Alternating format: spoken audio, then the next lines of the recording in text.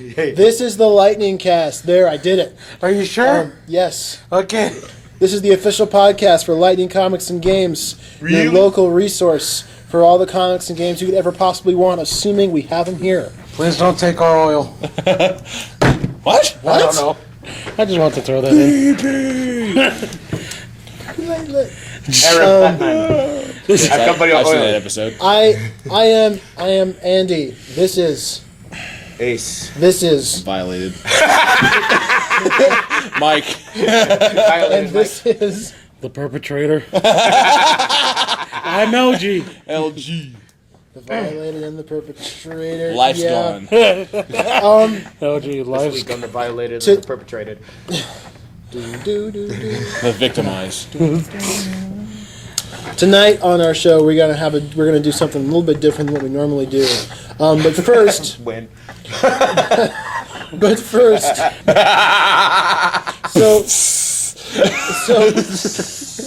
it's got confetti in it. That's the party scene. Surprise! You've got a party popper in it and a little horn. hipster Batman. Someone's attacking Gotham. I don't care. I was defending Gotham Then before it was mainstream. Defending Gotham's too mainstream. So anyway, before we get on to our special tonight, Ace has got a comic book. The only one who reads the comics. Yeah, be careful. That's not a Batman wake-up story. Ace, what do you have to read?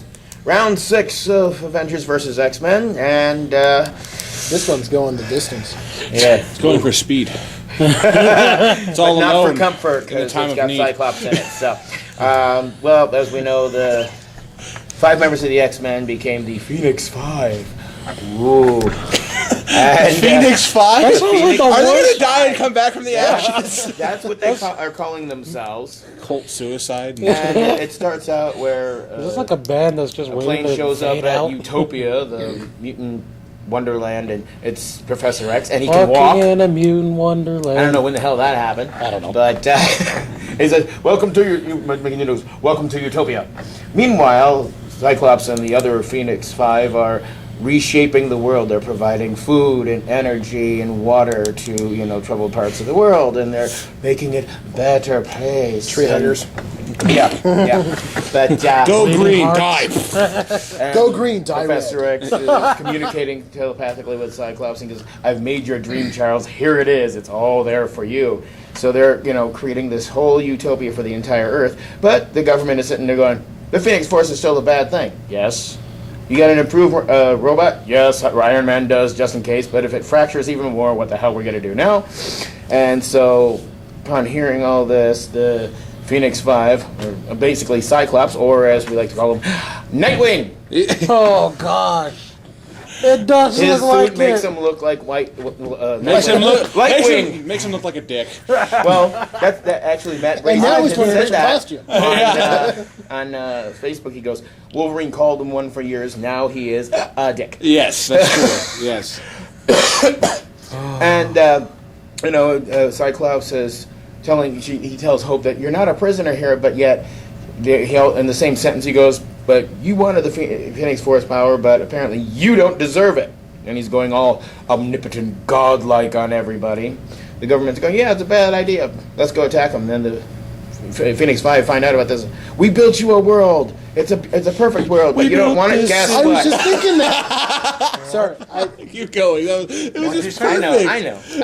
was just thinking that. But it's like, fine, if they don't want the utopia we created, no more Avengers. So that's where the next book is heading, that they're just going to go out and just eliminate the Avengers. Because the president's going, "Yeah, the Phoenix Force is a bad thing." Is Bill Cosby? The Phoenix Force is a bad thing. Build the power building, messing up the world, and nothing care. Wooden pop. Because Strawberry it's Jell-O. hinted at Obama, but they don't really show that it is Obama. Oh, there it is. He's just hiding over there, and he's looking through the window. Yep, I'm Bill Cosby. What's going on in my world? Damn it. Bop diddly boop. That's how he communicates with everyone else. Is bop doodly bop. Of course, President. Yeah, so He speaks and Cosmish. meanwhile, the Scarlet Witch is constantly having visions that the original Avengers. She sees them in their original costumes too. I don't know why. Iron Man in the gold clunky ass thing. It's like, and then the Phoenix comes and just destroys everybody. It's like, oh, is that what's gonna happen next? So who knows? I'll give it 2 out of 5 imitation Nightwings. So why such a relatively low number on it? Just because it didn't cover much for you? Yeah, it was just most of talking and Cyclops being an omnipotent douchebag. Iron Captain! No, I've got wings, I can fly. Ah! Take a ball, throw it across the room in anger. 31 inches tall. And he's got wings. The face though scares me on that action figure. Let me see. I didn't get a good look. The head looks. I can't move my arms. With optional net. The head looks out of place. Yeah, he just kind of looks like Zarbon. Yeah. Just a little bit. I can't move. I'm stuck in this doll. Where were we again? Iron Thor. Really? Yeah, everybody's iron these days. Even No, Iron Man. I like that. Just It's an excellent outfit. nice little outfit, yes. I'll take it. In case those of you listening aren't sure, this podcast is hosted almost exclusively by, lonely. I mean, there you got comic Cyclops nerds. just like, I'm going to disassemble your armor to Iron Man. Scarlet Witch comes in and takes the Avengers and runs. And I'm out.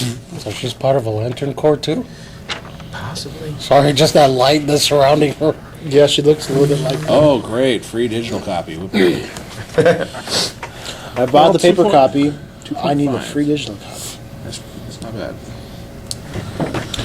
2 out of 5. So says you. Burn it with telekinetic fire. Imitation Nightwings. I don't like how the visor Yeah. It doesn't look very He's part practical. Nightwing and he's It's part a- Shadowhawk. Yeah. That's his angry visor. Hold on a You're minute. going out. You need your angry visor. Give me my war visor. Give me my And Emma Frost, you don't need much of a costume. Just go out. Wear a sweater, though. It might be chilly. Don't you know the less clothing on a female character, the more armored they are? I It's know, just basic World of Warcraft physics. If you look at this page, her outfit goes flaming over the breastises. It's like, The breastises. yes, the breastises. Tasty. I don't think that constitutes as real clothing. Anyway, We made it a little awkward for Batman. hey, I've had Catwoman. Shut up. Find me. I've had Catwoman. Yeah, Find out where. what was that? What was that she gave you? Feline AIDS? Fillades. Cat scratch fever. Ooh. Oh, you scratch it that much, see a doctor and get rid of it. Wow. Whoa! I'm going back to the secret location later. Yeah, we might want to head there. Dude. I can't even say that without laughing. Doodle-doo. Back to my summer home on Mystery Island. So many laughs wasted before the time. I can't feel half of my soul right now. I can't feel it at all. So now that You had a Pace, soul, LG? Probably. he's got 2 on the bottom of his feet. Anyway, so I get it. you get it? It was a pun. It was a play on words. I should kill you. You should. I deserve it. Puns killed our audience. The pun defense system. What's that? Andy says something, I slap him. That's how it works. Right now. The PDS. So, what now? PBS, public bitch slap. So anyway, Am I gonna curve that? I don't have to. We've had PG-13. Yeah. Is that the door? What the hell is making that noise? See The how Grudge. it happens when you anger me?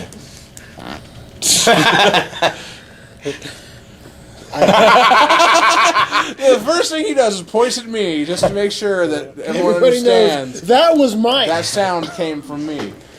Okay, so now that Ace has reviewed his book, tonight we're going to do a different kind of show, what we normally do. Rather, And it's going to be good? Oh, some pride. Sorry. Jeez! It's practically reflex. I feel like it's regular now. Yes, now that I have my voice back. What are we doing again? well, tonight, as part of our special format, instead of reviewing comic books like we normally do, Too late. Ace did because know, I mean, he did wanted. my He wanted. Well, people would check their messages. You're the only one that could, because anything came out this week, I was kind of like, meh. No new Batman came out this week. For And me, you know, so- LG always just picks his at random. Yeah. And then I look this at a was- comic book. This was actually LG's idea. What we should do, he suggested that we go around the table and each talk about our favorite fictional characters, our top 3. So what we're going to do is we're going to start with somebody, we're going to go around the table and just keep going until we all talk about our top 3 favorite, or just any 3. So we Yeah, you hear particularly that? interested LG had a good idea. That's right. What? Kind of rare, but it works. Savor I it know. while it lasts. It's the Christmas miracle. And It's snowing! Did anyone hear the sleigh bells? Nope. Oh, LG, you had a brain this whole Who's the time. Spider-Man? I don't know. So let's start with Ace. Give us what's a favorite character of yours? Why do you like them? And just kind of talk about it, and then we'll pass it over to Mr. Larson. Gee, let's see. Isn't it kind of obvious? My number 1 would have to be Spider-Man. Okay, talk about Well, Spider-Man. Which one, you Peter know, Parker or the Mexican one? I like it how he's just the Mexican one. Well, is it Mexican When or he's Spanish actually or- he's What, actually what is the name of that character? Miles Morales. I didn't know. I really haven't given a crap about that. It's Marvel. It's Stan Lee. Just put two letters, same letters together, and boom, Yeah. you can figure out a name. Or Johnny something fire. I'm Stan Lee. You're undeserving. Die. Excelsior. Beam. Alka-Seltzer. I shouldn't have had that burger. Excelsior. Alka-Seltzer. I'm feeling regular. Ex-Laxasaur. Excelsior. Oh boy. Anyway. Anywho. Kill Frieza. But anyways, Genetic we'll cactus. get to I know that. that was random. We'll get to that. That was my joke from like last time. I know. So, tell us what we all know that you're a big Spider-Man fan. Yes. But Well, why? he's not Mr. Pretty Boy like Iron Man or Rich Boy like Iron Man. that that guy in the cape. You know, the guy in the cape. Yeah. Winged thing that flies at night. Batman. Just say it. Anyway, The Crane. Flying nocturnal mammal man. Fledermaus Mensch. the flying rat. But, you know, he represents the everyman. He came from humble beginnings, but he's been thrust upon this power, and he does the best he can with it. LG, you're a sicko. I know. Is there anything curveball I have to know? Oh, It was visual curveball, but since they Visual can't curve. see us anyway, they don't know what we're doing. and they never will. At no time did the fingers leave his hands. We could be wearing no pants and they'd never know. Well, you just told them. Whoops, LG, please put your pants back on. We would never do the show without pants on. That's ridiculous. But you know, no matter how many different hardships he faces, he gets through it. Despite all odds, you know, he doesn't have any cool gadgets or anything to get him out of it. Web It's shooters. Wonderful web shooters, but that was self-designed. He didn't pay for it. I just look at it. So basically, his argument for why Spider-Man, he likes him is because he's not Batman. Well, not necessarily that. You know, he could be anybody that comes from humble beginnings, you know, if they were given that power. Wait for the day. Someday, man. Someday when the radioactive Someday- fish come over from Someday China, you'll get you know. bitten by a radioactive spider, and someday my parents will be dead. So, Well, sorry. Don't both of them have dead parents? Or is like one has a set of dead that's true. parents? Both our parents are dead. My brother, come here. I know your pain. Finally, we both agree on something. Of course, bats eat spiders. But anyways, come here. And spiders catch bats. But anyway, see, yours were just gunned down, senseless crime. Spider-Man's parents were actually supposedly double agents and got killed in the field, but you don't find out about that until The baseball field. later on. Really, Andy? If you kill them, Spider-Man They will come. I like it. I mean, the thing is, who wouldn't want to just like jump off a rooftop and swing from building to building? And this sounds very familiar. I'll tell you something. I've often thought about it. There have been times where I've been lying in my bed and I see something on the other side of the room that I really wish I could reach. And I've always thought, if I could just give it a thwip and bring it over here. Thwip. That's handy, It's like, it is. It's where's handy. the remote? It was like the Dr. Got it. Because if you use a grappling hook for that, Dr. Pepper. well, if you use a grappling hook for that, the can will just the can will just destroy the can. It's like, damn it. Good thing I I need got half something the softer. can. Granted, the web shooters run out of web fluid, but there's not mechanical failure like a grappling Grappling gun. Whatever the hell the thing is. Oh! So I just The imagine. gear's jammed! I just thought of Spider-Man with the mechanical malfunction in the middle of it. Oh crap! With one arm trying to It's balance not it. working! It's almost like he's limping.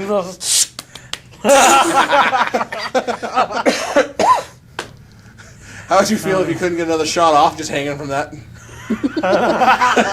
I can't let go. I'm 200 feet above the street. This dissolves in how many minutes? I would have to say the kind of way the last episode of Ultimate Spider-Man where Mesmero changed Wolverine and Spider-Man's bodies. They put them in each other's bodies. That was and actually kind of funny. There's Wolverine trying to work a web shooter, swinging back and forth, and it's like, just hanging from the web. Now what? Crap, I'm stuck. Wolverine and Spider-Man Peter Parker. can't control At the least we claws. both They big keep going redheads. randomly. Flip, wink, wink, wink, wink. Yes. I said Wolverine and Peter Parker, both of them just sitting there. At least we both dig redheads. Fist bump. There you go. That's actually what Wolverine said in the cartoon when it was Peter's body. He's like, "Oh, I do like me redheads," and he's like going over towards Mary Jane, and so he's like, "Well, ew." Go away." Did he do it like a sailor? Because you sounded like I like me redheads. Well, he kind of he's like, I like "That's me a bunny and redhead from it's the like- land of Scott. He gets close, smile. So, okay. Do you have anything else to say about the web shooter, man? Nope. Okay. Michael, Don't scare him like that. Okay. I was supposed to choose 3 characters, and I got 2 down, and then I was too tired to pick a third. So I just pick one out of your It's not like we ever stick to whatever criteria. Yeah, we I Super set up. Saiyan 4 Goku. You know you no, want to no, I talk don't. Genetic Keki man. Genetic is away. Still again, Legend of the Hidden Temple. Our monkey was gold. It's 3 pieces. Don't get him started. Don't get him started. What, the monkey's head doesn't go by its butt? It's upside down, but it's still complete. Does that It's a count? rhesus monkey. One time I saw a guy do that in Legend of the Temple. He put the monkey together, and it was upside down. And they were like, should we count that? You got the host going just, You got Olmec going, oh, God. oh, Mac, I should have killed them when I had the chance. I should have him made like them the go rest. into that. Killed them like the rest. Before I give them a prize. Open the doors to the lava Brand pit. new bike. The first character I'm going to cover, just to jump right into it, is a character named Jiraiya from Naruto. Now, Jiraiya... Toad Sage. Yes, the Toad Sage, pervy sage is what Naruto calls him. First time Naruto finds Jiraiya, he's at a public bathhouse peeping on the girls. This one, Why Naruto's... wouldn't he? Well, I know it's a kindred spirit for you there, LG, but... And I was gonna say. yeah, and Naruto's trying to train to walk on water. It's that whole myth about ninjas walking on water. And he sees the old man peeping, and the guy who's teaching him tries to attack Jiraiya because he's like, "That is indecent! That is a horrible thing that you're doing!" Jiraiya's like, "Huh?" Just turns around, summons a toad that is large enough for him to stand on, and basically the toad tongue lashes him and knocks him away. There's a reason why he's called the Toad Sage. He summons a frog. Yes. He can summon various kinds of frogs. I'll take you out. Including ones that are larger than a couple story buildings. There's literally like a Godzilla battle in one of the arcs between First prize goes to Hypno A Toad. giant frog, a giant snake, and a giant slug. Yes. I think the giant slug is gonna lose. Actually, when it can spit acid and can't be gripped by the snake, I think it's good. It's a play on rock, paper, scissors. I got it. It's like snake beats frog, frog Get the beats salt slug, truck. slug apparently beats I was snake. gonna say something about salt, and now you've ruined it. Well, Sorry. the funny thing is, Jiraiya, he's a high-ranking ninja. He's basically just a wanderer at this time. He wanders the land, peeping on bathhouses and Writing it in his stories. writing it in his They romantic wrote you into novels. the story? Huh? They wrote LG into the story? But when Naruto sees how strong this guy is, because Naruto has the thought that, okay, the man that was teaching me got beat by this man, thus he must be stronger, I must learn from him. So he goes and tries to convince Jiraiya to teach him, and Jiraiya's like, no way, you're a snot-nosed kid, and walks away. And Naruto, if you've never seen the series, has a jutsu called Sexy Jutsu, where he transforms into what looks to be a very voluptuous woman. Well, it's a weapon against the perverted in the show. Every time he uses it, you see like anyone who's perverted just suddenly shoots out blood out their nose Yeah, and gets defeated by it. because in the Japanese belief, perversion causes nosebleeds and all that stuff, and And why wouldn't it? so does chocolate for some reason. Well, now it makes sense. Oh, they were like lost. Like, what is this? Yeah. No, so he finally pulls off the sex jutsu in front of Jiraiya, and first you see Jiraiya, and you can tell how much of a master pervert he is, because for one, he doesn't shoot he gets like a small nosebleed, and he's just like, wow, that's the best jutsu ever! And Naruto plays out the part, he's like, could you please teach me how to do this? And he's like, if you stay in that form the entire time, you got it. But then Naruto transforms back. It's like, no deal. You're a perv, man. But finally, he agrees to teach him. And throughout the series, you see this progression of how awesome Jiraiya is. The pervert side is just this front of his that he puts forward. He has a badass man death himself, but it's really kind of sad. It takes 6 characters, under one guy, to take him down, because he's investigating the leader of this terrorist organization, Akatsuki. Yes, the Akatsuki. And he faced off against Pain, this man who controls 6 independent bodies at once. And they all share the same field of vision, and just the fact that he's able to take out 3 of them on his own is a testament to how badass he is. Deadpool. But with this information that he's gathered, he has to try and get it back to the Hidden Leaf Village, and he finally... At his last breath, he can't. They've crushed his windpipe. He can't say anything. He summons. He has his summoning frog come up there, and he writes a message on the frog's back. In blood. Actually, he kind of burns it into the back with chakra. He burns it. He burns it, and ends up getting hit with this final attack as the frog is the summon's reverse of the frog just basically vanishes, and he falls and just sinks into this deep, dark chasm, and we don't see him again ever. We just assume he's dead, but in Naruto, just like in Marvel and DC, No one's ever. it's never a guarantee anyone's dead. No, Captain America's not coming back. Yeah, right. No, really. We've killed him off, and he's staying dead. Yeah, sure. Yeah, sure you have. Is that an iceberg over there? I think the biggest factor why I like Jiraiya is just he's very pure of heart, and he's not afraid to let you know what he thinks. That he serves as kind of like this grandfather or father figure to Naruto during the training, and it's kind of he's just a cool old guy. The one thing I like that they have this little story progression where it happens to be that Jiraiya taught one of the village's most powerful ninjas. Yes, the 4th Hokage. And then it turns out that this powerful ninja is actually the father of Naruto. So it really is kind of like the whole grandfather deal. And it's kind of sad when he dies, because I didn't want to see this character go. He's just funny, he's heartfelt, and still a pervert. I They mean, killed perverted, strong, funny grandpa. they killed Master Roshi 2.0. And no, what for me is like he was partially a role model for me when I was reading the story. I don't know why. Well, I guess You're not a pervert, so I don't know. Oh, really? I just like that in the freaking First time. George Takei voice. Oh, really? No, Really? what really cemented it for me liking him is Naruto going, "You're a pervert." He's like, "That is an insult. I'm a super pervert." Even does this. Like, he does the whole wiggles his finger. does that. Just he's accepted it and he's gone with it. But he's part of the group with the 3 legendary sages. The Sanin. The Sanin, yes. And just if you ever get a chance to see the series, you'll understand why he's so funny and why he's just that cool, because he is ridiculously powerful. But I guess You see in both the manga and the anime? yes, he is. Yep. He is as true to form as everything. So, Rock and roll?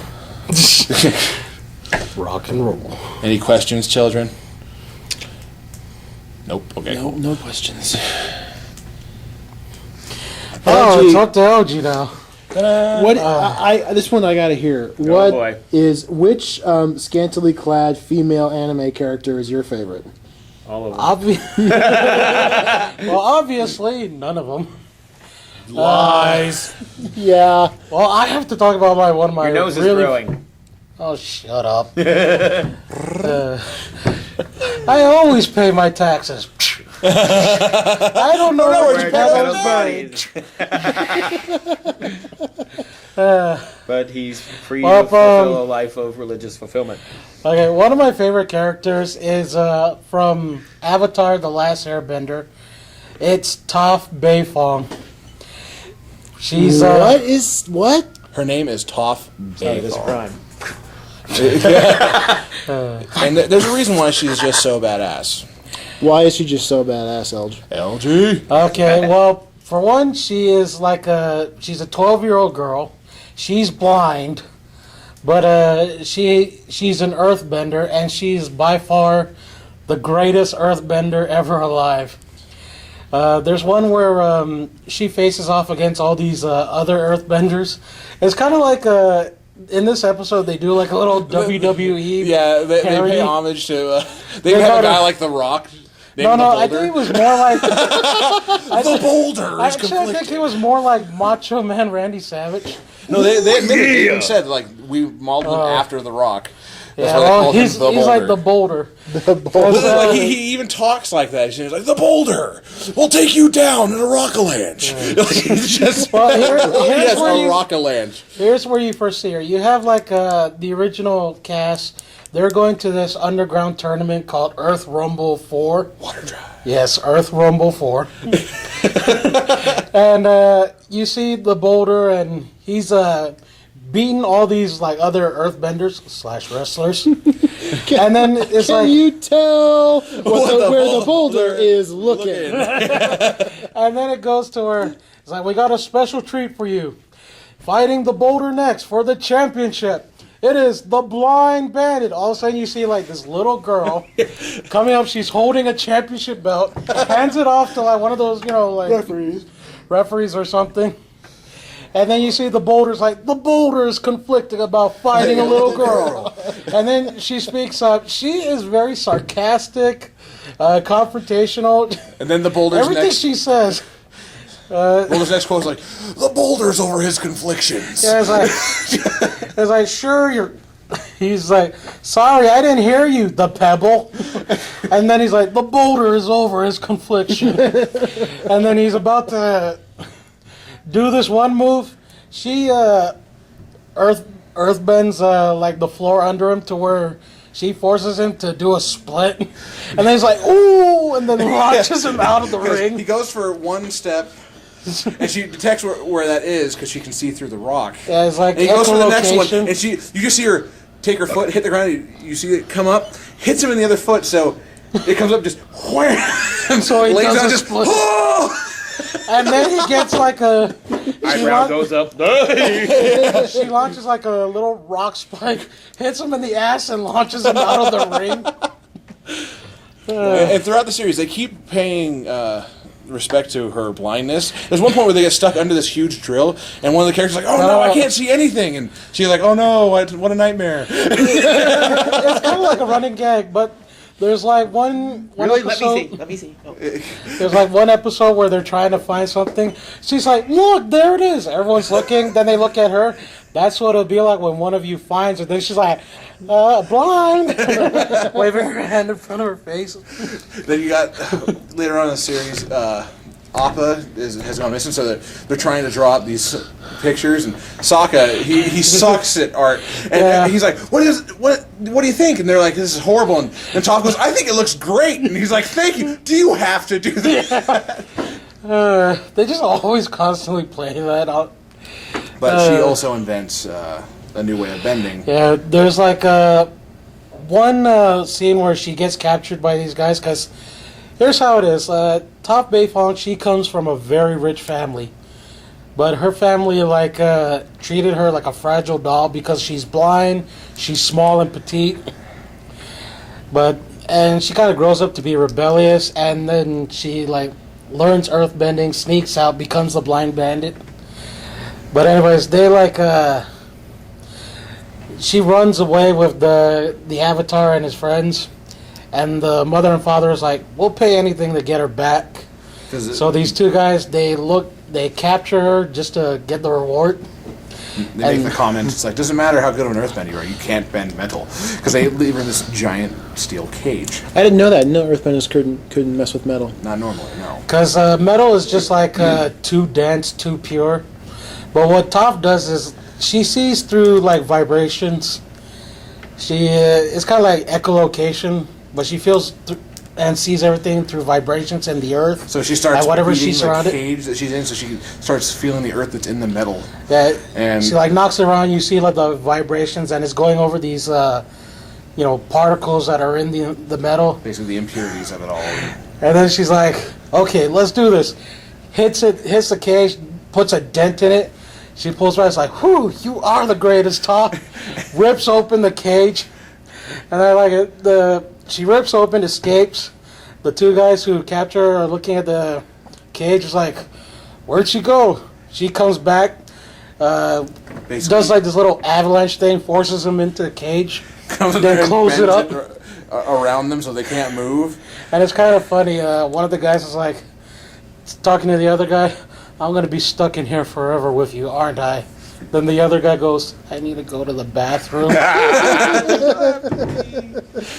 This is a really bad time, but what can I say? I drank a 2-liter of Coke, man. And then later on, she grows up to create a metal bending academy that teaches other earthbenders to do it. They actually become one of the top police forces in Legend of Korra. And you don't like this. The metal bending police force, they kind of use steel cables to get around. It's kind of very Spider-Man-esque. Launch a steel cable, it digs into something, swing, do it again, or capture the back. Because they wear these armor suits as they are, and she has moments where it's like Spider Lynn, and then it's like Iron Lynn. She uses the bending, it comes up and puts the suit on her like Iron Man would be. Yes. Well, that's a lot of practicality there. One thing I found funny is that there really wasn't much change in personality, because Toph is like a tomboy, but her original character design was a dude. It was supposed to be a guy, and then no, make her a girl. That'd be much more badass. Yeah, it was like a jock type, bad mouth, muscle dude named Sod. And they actually pay a joke to it later on in the second to last episode of the series, where what was it? There's a huge play that the Fire Nation was putting on that was based on the story of the Avatar. So the characters go in there to watch the play about themselves. And they kind of they introduce Toph. All the other characters, Katara is just blubbering, oh my god, hope is lost. And Aang is played by a girl. And Toph is played by a guy, this huge muscly guy. And he's like, I'm Toph. I see through echolocation. He makes this high pitched sound. But Toph, she can only hear this as they made a guy play me. Then everyone's laughing. It's yeah, they did. And she's like, that's awesome. she has no problem with it. Just this huge muscled guy. You're just like, what? And when almost as bad as M. Night Shyamalan. What's funny is they point out parts in the series from earlier that didn't make much sense in the play, stuff that didn't get resolved. And there's this one part where this guy Jet he he's mortally wounded during one of these fights, but you don't know if he dies. And in the play, they play it off. And they drop this rock prop, and it falls onto him, and it falls onto half the guy because the guy has to like try and get around it, and he finally gets under it, and he has to crawl under it, and they're like, "Did Jet just die?" Yeah, the real guys, characters. and they're like, that's kind of unclear. Like, Or like, Cool. That's very cool. or like one of the other things in Avatar, you always, like I said, we covered this. They got mixed animals. You got a platypus bear, badger mole, vulture wasp. There's one where they talk about. yes, these things are. It's like, come see the Earth King. Like, there's a party going on in this place they're at. Come see the Earth King's bear. They're like, is it platypus bear? No. Is it a skunk bear? No. It just says bear. You hear Toph going, this place is weird. Yeah, she just this is weird. But, Well, she sounds like a badass character. Well, the one thing I like about her is that I used to. Anyone ever hear of Satoichi? It's a Japanese legend of a blind samurai who uses others' sight, his enemy's sight against them, and he takes them out. He was like a legendary swordsman. That's why I like Toph, because she's kind of based around that. Really? Yeah. And in fact, her style of fighting was rumored to have been started by a blind woman. yeah, the mantis kung fu. Yeah. Yeah. Wow. And that was one of LG's favorite characters. Alrighty. And let me guess.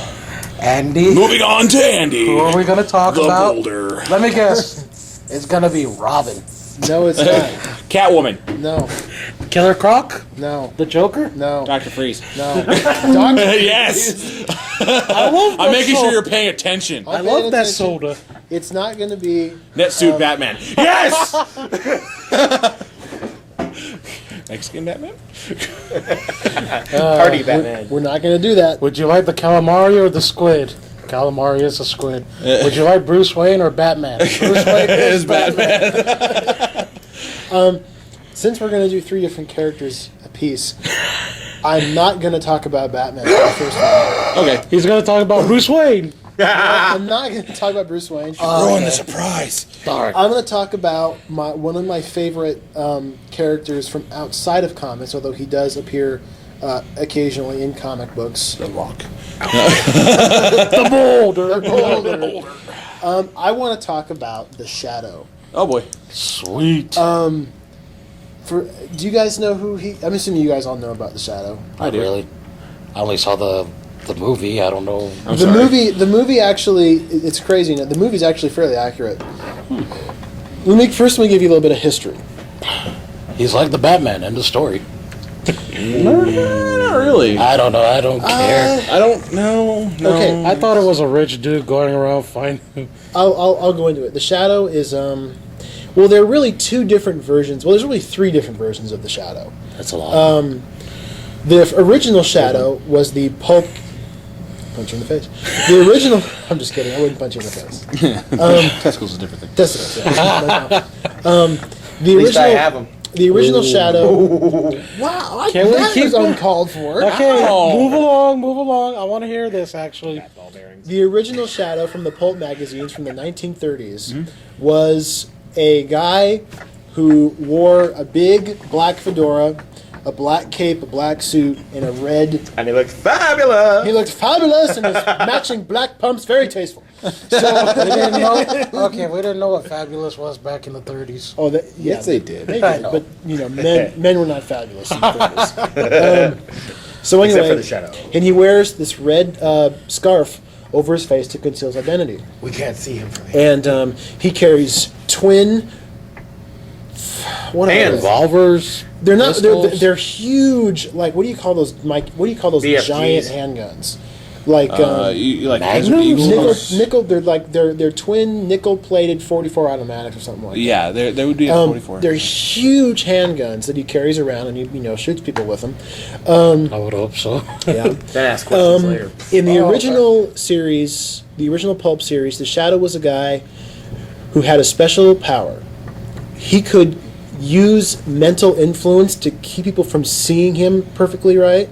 Like if the shadow was standing right in front of you, you would shoot it right at him, but you would miss him because he's making you think he's somewhere he's not. He's making your aim off. Oh, wow. Genjutsu. One of the interesting things about the Shadow from the Pulp series is that his identity was so secret that you couldn't ever figure out who he was. They never really said, because they would have like characters who seemed, well, maybe this guy's the Shadow, but then it would turn out who he's not.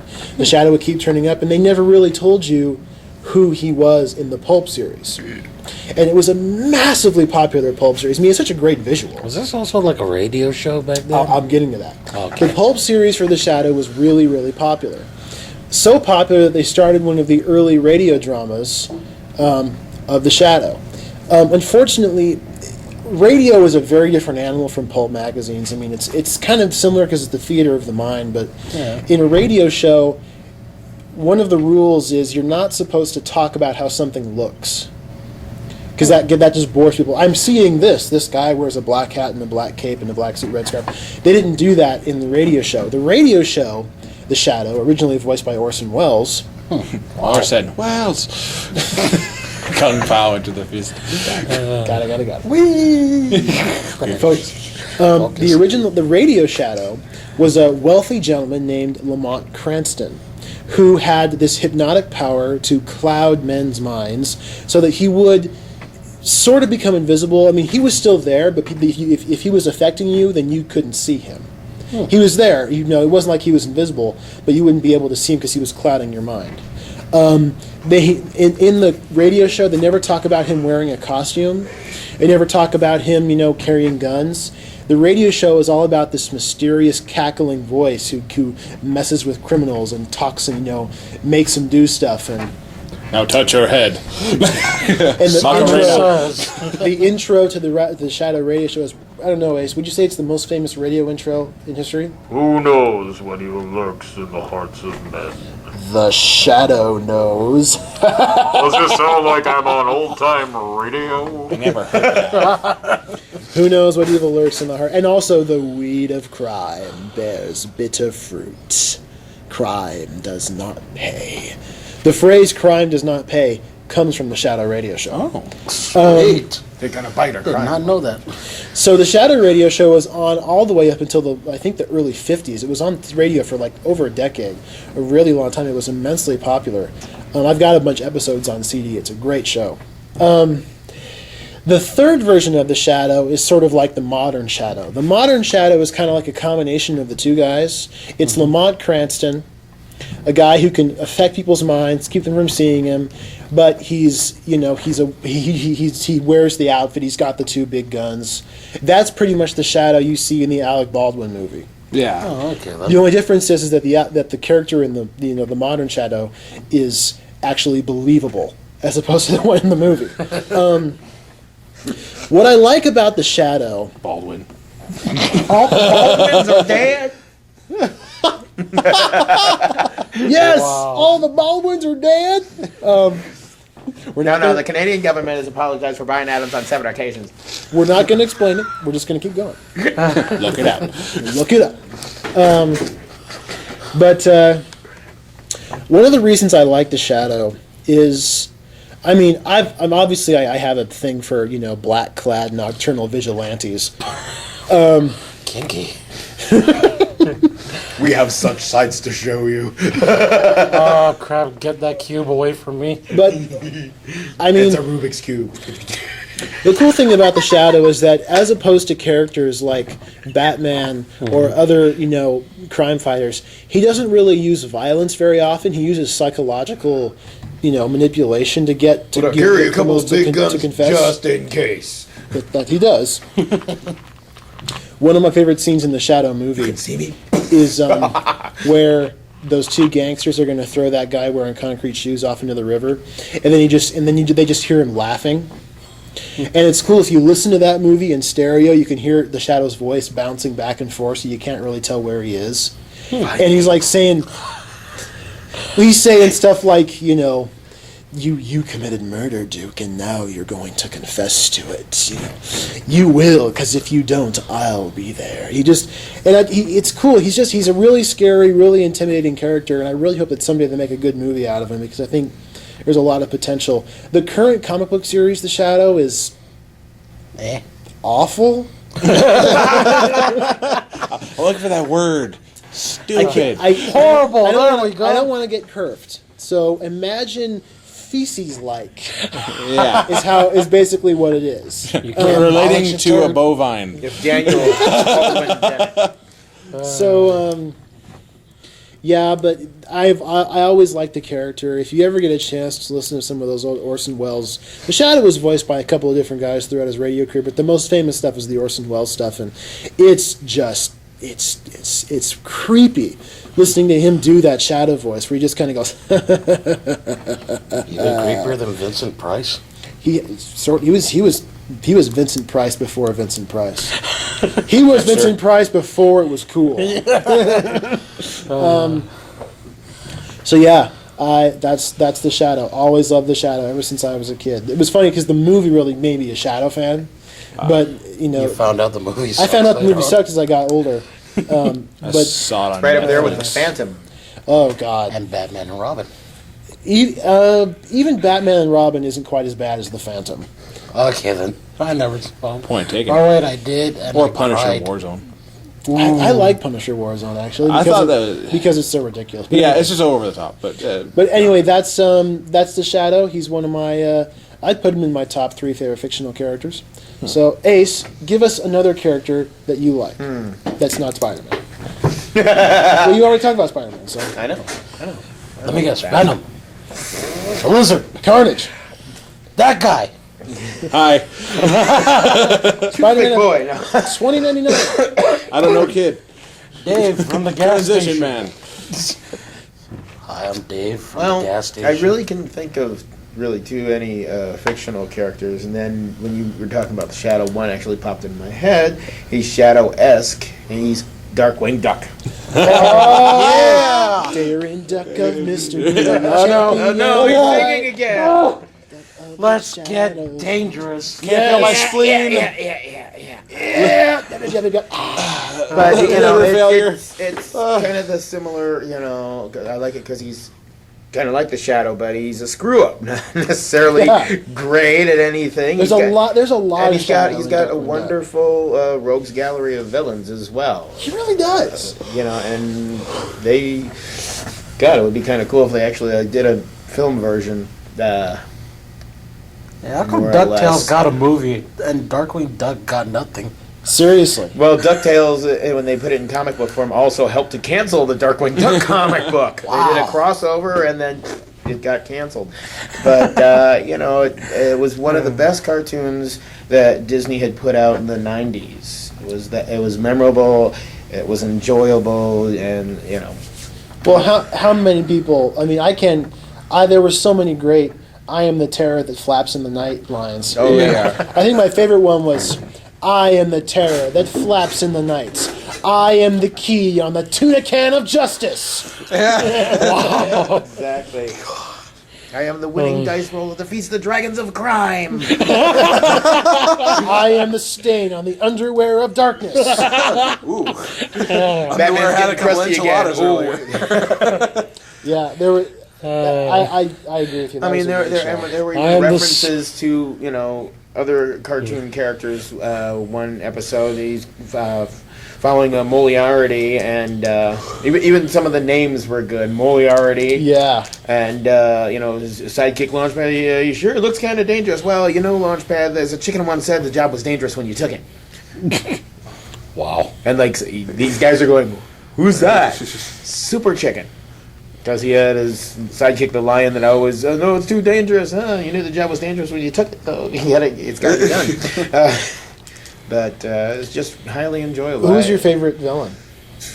Let's see. Ooh, Darkwing Duck villain. Jeez. It would have to be between Megavolt and Quackerjack. Quackerjack was great. Quackerjack. I always the liked- Joker to his Batman. I liked Negaduck. Negaduck, yeah. Even though when I was a kid, Darkwing only the different color when scheme, I was a like kid, negative, reverse flash. I frequently mispronounced Negaduck and offended some people.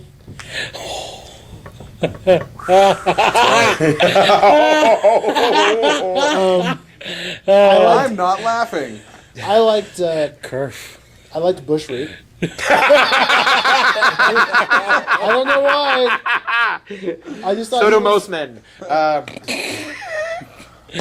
Oh my god! My head hurts. Wasn't there a love interest too in Darkwing Yes, Duck? Morgana Macabre. Oh yeah. The kind of Vampirella. spell casting witch.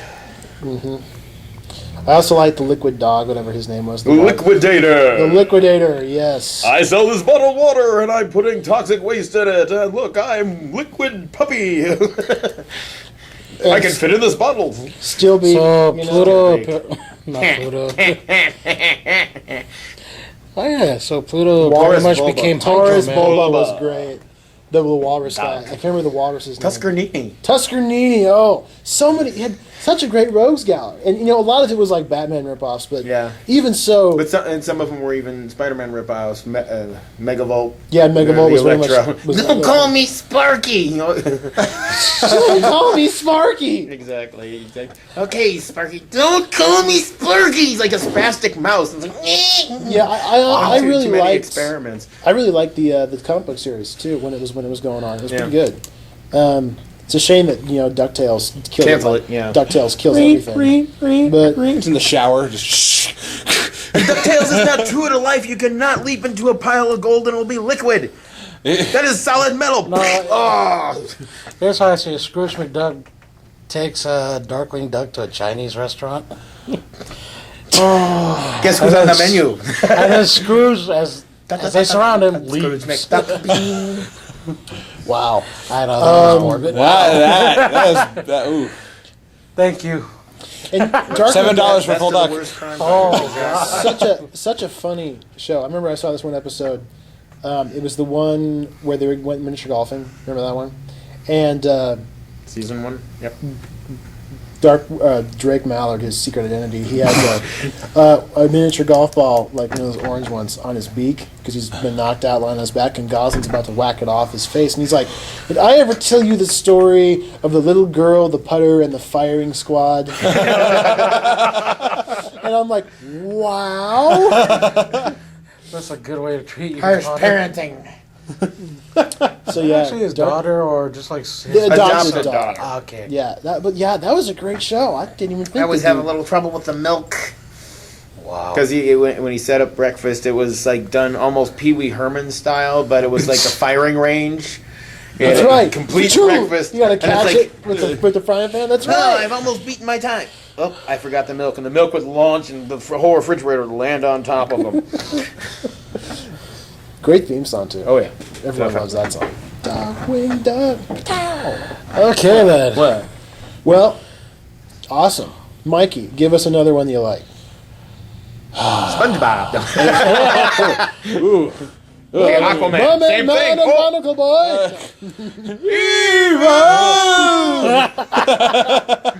Worst part. God, signal. Okay, so we're settled. We're getting one with pepperoni and one with anchovies. The dirty bubble. Let's move on. The dirty bubble. Can I have your autograph? Oh my god. Okay. Okay. Move on. Damn it. Another one of my characters is also from Avatar. But The Last Airbender. Yeah, The Last Airbender. It is General the last Iroh. Airbender, but there's still more. Yeah, yes. General Iroh. Idol. Iroh is just the epitome of the funny old man.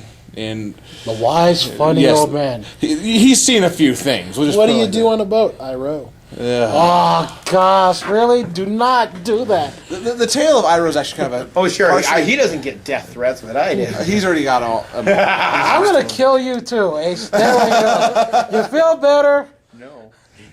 I'm gonna choke you with your own I do not webbing. feel better after you threatened to kill me. My self-esteem is not greatly improved. I'm gonna choke you with your own webbing, and I'm gonna told stab us you that, with your so own I feel battery. better about myself when I'm drowning. Okay, Continue General Iroh, about got it. Iroh. Yes, General Iroh. He's Iroh? Yes, I wrote. So, Go away. okay. Well, we don't You acknowledge take the last high row, airbender. I take the low row. Yes. And I'll be in Gotham before you. Go ahead, mock name as much as you like, but Iroh, I think is better than Batman. Pyro. Why is every time somebody tries to tell me about how much they like their character, they just talk about how much it's better than Batman? Batman sucks. Because it gets your attention. No, the tale of Iroh is, like I said, a very tragic one. He is the brother to Fire Lord Ozai in the series. He's actually the older brother. Yep. Yeah, and what he was known for is he tried to break through the walls of the city of Ba Sing Se, which is the most fortified city on the planet. And it's also the capital of the Earth Kingdom. And he spent, I forget how many days, like 600 something days, trying to break through this wall. And he got through the first wall. Then you realize there's a couple more walls beyond that. It's just like, we did it! And there's like 40 more. No! We did it! We didn't do it! Somebody's like this wall here. Damn it! But during the middle of his siege, he finds out that his son has been killed in combat. Lieutenant. Yes, Lieutenant. He ends up losing his entire will to fight at that point, and he surrenders and goes back. And then he's kind of marked as a failure in the Society of the Fire Nation, and Right. Well, it's kind of like Is he a bender? he is Yes. a firebender. Yes. it's kind of like half and half. People acknowledge him for all his his exploits. But they also berate him for. He carries the leaving. stench of failure wherever he goes. Yep. Yeah, but he still has the prestige that. went And with he it, has like one him of the being- best nicknames ever. General Iroh, the Dragon of the West. Yeah, and he reveals why for a couple reasons. You find out that in the series, yes, the dragons do exist, and they're the original firebenders. Oh. No, not a skunk dragon, or Not- a platypus just dragon, a dragon. or a tiger dragon. And the way you actually earn the title of dragon is if you kill the dragon in combat. Because dragons were like considered the first firebenders. And to beat them is to basically just transcend As the originals. proves beating you the are master. a better firebender. Than And- this dragon. The cool thing about Iroh, because Iroh, you find out, has got a huge influence on the backstory of the series, because he was meant to go and find and kill the last dragon that was in existence. And you find out later that he lied that he had killed it, and there's actually two left. And he also finds out that there's a better way to firebend. And because most firebending is based off of rage or high emotion, while the other firebending is based off of the actual physics of it all and latching to a better emotion. And that's what Iroh tries to teach his nephew Zuko. Iroh, right? Yeah. Well, here's like a little story into it.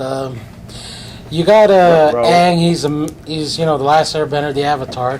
Then you got Zuko, who's like the shame prince of the Fire Nation, who's tasked with finding the Avatar. Which is kind of like a fool's errand to give to the Fire Lord. Is a little angry at his son, and he's like, "Once you find the Avatar, you can come back. No one's seen the Avatar for 100 years. Go ahead, son. Enjoy your time." And So, yeah. it's kind of a mean joke. You can just imagine the Fire Lord going, "Go get him!" Oh, it's so sad. But anyways, on this journey, Iroh decides to tag along and keep an eye on his nephew. Yeah, and he basically, is the father figure in that. Better than because Fire Lord Ozai actually burned a scar onto his son's face to continue to remind him how much of a shame he is. What a dick. Father. Yeah. But Iroh, he tries to get Zuko to see that being banished and you're trying to get your honor back isn't the most primary thing you should be going after. I mean, it's just your own happiness that you should be. And Zuko is kind of like the rebellious teenager to Iroh, though. It's like, no, I want to find the Avatar. I want to go back home. I want to gain my honor back. in that whole play thing that we were talking about where they were watching themselves, they make a joke about that. Because in the series, they corner Zuko's sister, who's a superior firebender at the time. And she goes, "Look, I see your honor!" And Zuko's like, "What? Where?" And then she slips away. Biff, what the hell is that? Yeah, exactly. But back onto Iroh, Lois, look over there. he left the dragons alone, and later on in the series, Zuko and Aang actually meet these dragons, and the people that watch over the dragons. What would you say? They have tea. Ironically enough, Iroh is a huge tea prude. There's one moment where he's like, he finds this like apparently rare bush. It's like, what are you looking at? You are looking at the white dragon bush, which makes a tea so delicious, it's heartbreaking. Or it'll kill you. Or it might be the white jade bush, which is poisonous. And Delectable tea, poison. and later on, so Zuko leaves and comes back, and he's like, "You'll never guess what I did." He turns around, he's all broken out. He's like, "It wasn't a dragon bush." It wasn't tea. Yes, it was. The more you guys tell me about this show, the more I keep thinking I want to watch it. Well, Netflix, yes, Netflix has it. all 3 seasons. And the cool thing about Iroh is that he also invents the way to redirect. Well, firebenders have the ability, once they reach a level, they can a higher level, they can actually conduct electricity themselves, and It's like basically a bolts of master lightning. skill of it all. And he's trying to teach Zuko how to do it. And Zuko's like, Conducting electricity. yeah, jeez. And he's trying to do it, and he keeps blowing up in his face. He's like, lightning! He just keeps falling over himself. So Iroh's like, well, some people can't do it because they have an internal conflict like you do. So what I'll do is I'll teach you how to redirect it. He's the first person you've ever seen in the series that knows how to redirect a bolt of lightning. And very early on in the series, like second or third episode, he's actually seen on top of the boat that they're on, they're going through this huge storm, and he redirects a natural bolt of lightning off into the distance. Yep. And it shows him actually singed. He's just like, Like a cart, like a Wile E. Coyote. yeah, very similar to that, because it's to show that obviously natural lightning is more deadly than human produced. Don't try this at home, He kid. teaches Zuko how to do it, and he learned that from watching waterbenders and how they move their energy. And it's just, I can't express how much of a badass he is, because he gets even more badass after he gets captured by the Fire Nation, because they're both branded as failures and traitors, and they put him in this cell, and he's just chilling there, and this prison guard keeps berating him, just like, you have fallen so far. Every time the prison guard leaves, he is just pumping iron, he's sit-ups, push-ups, he's getting fit, and there's one point where he's doing push-ups and clapping at the same time, and the guard's like, what the hell's this? And he goes out there, and there's Iroh sitting at the other end of the cell going, Just acting all crazy and helpless. he's like, foolish old man. No, my favorite one was in that same episode. Prison guard throws throws the food on there, and he starts shoveling it in. He's saying you're just like a pig, you're just horrible. And he walks away. So then Iroh sits up after he leaves, grabs the bowl, Starts fixes his hair eating back, and starts eating it. No. And then he. My favorite one was the second part that happens. Prison guard throws food at him, then leaves. Iroh grabs it, grabs onto one of the bars on the cell, and starts, doing a one-handed pull-up while just eating the bread. And he ends up breaking himself out of the prison.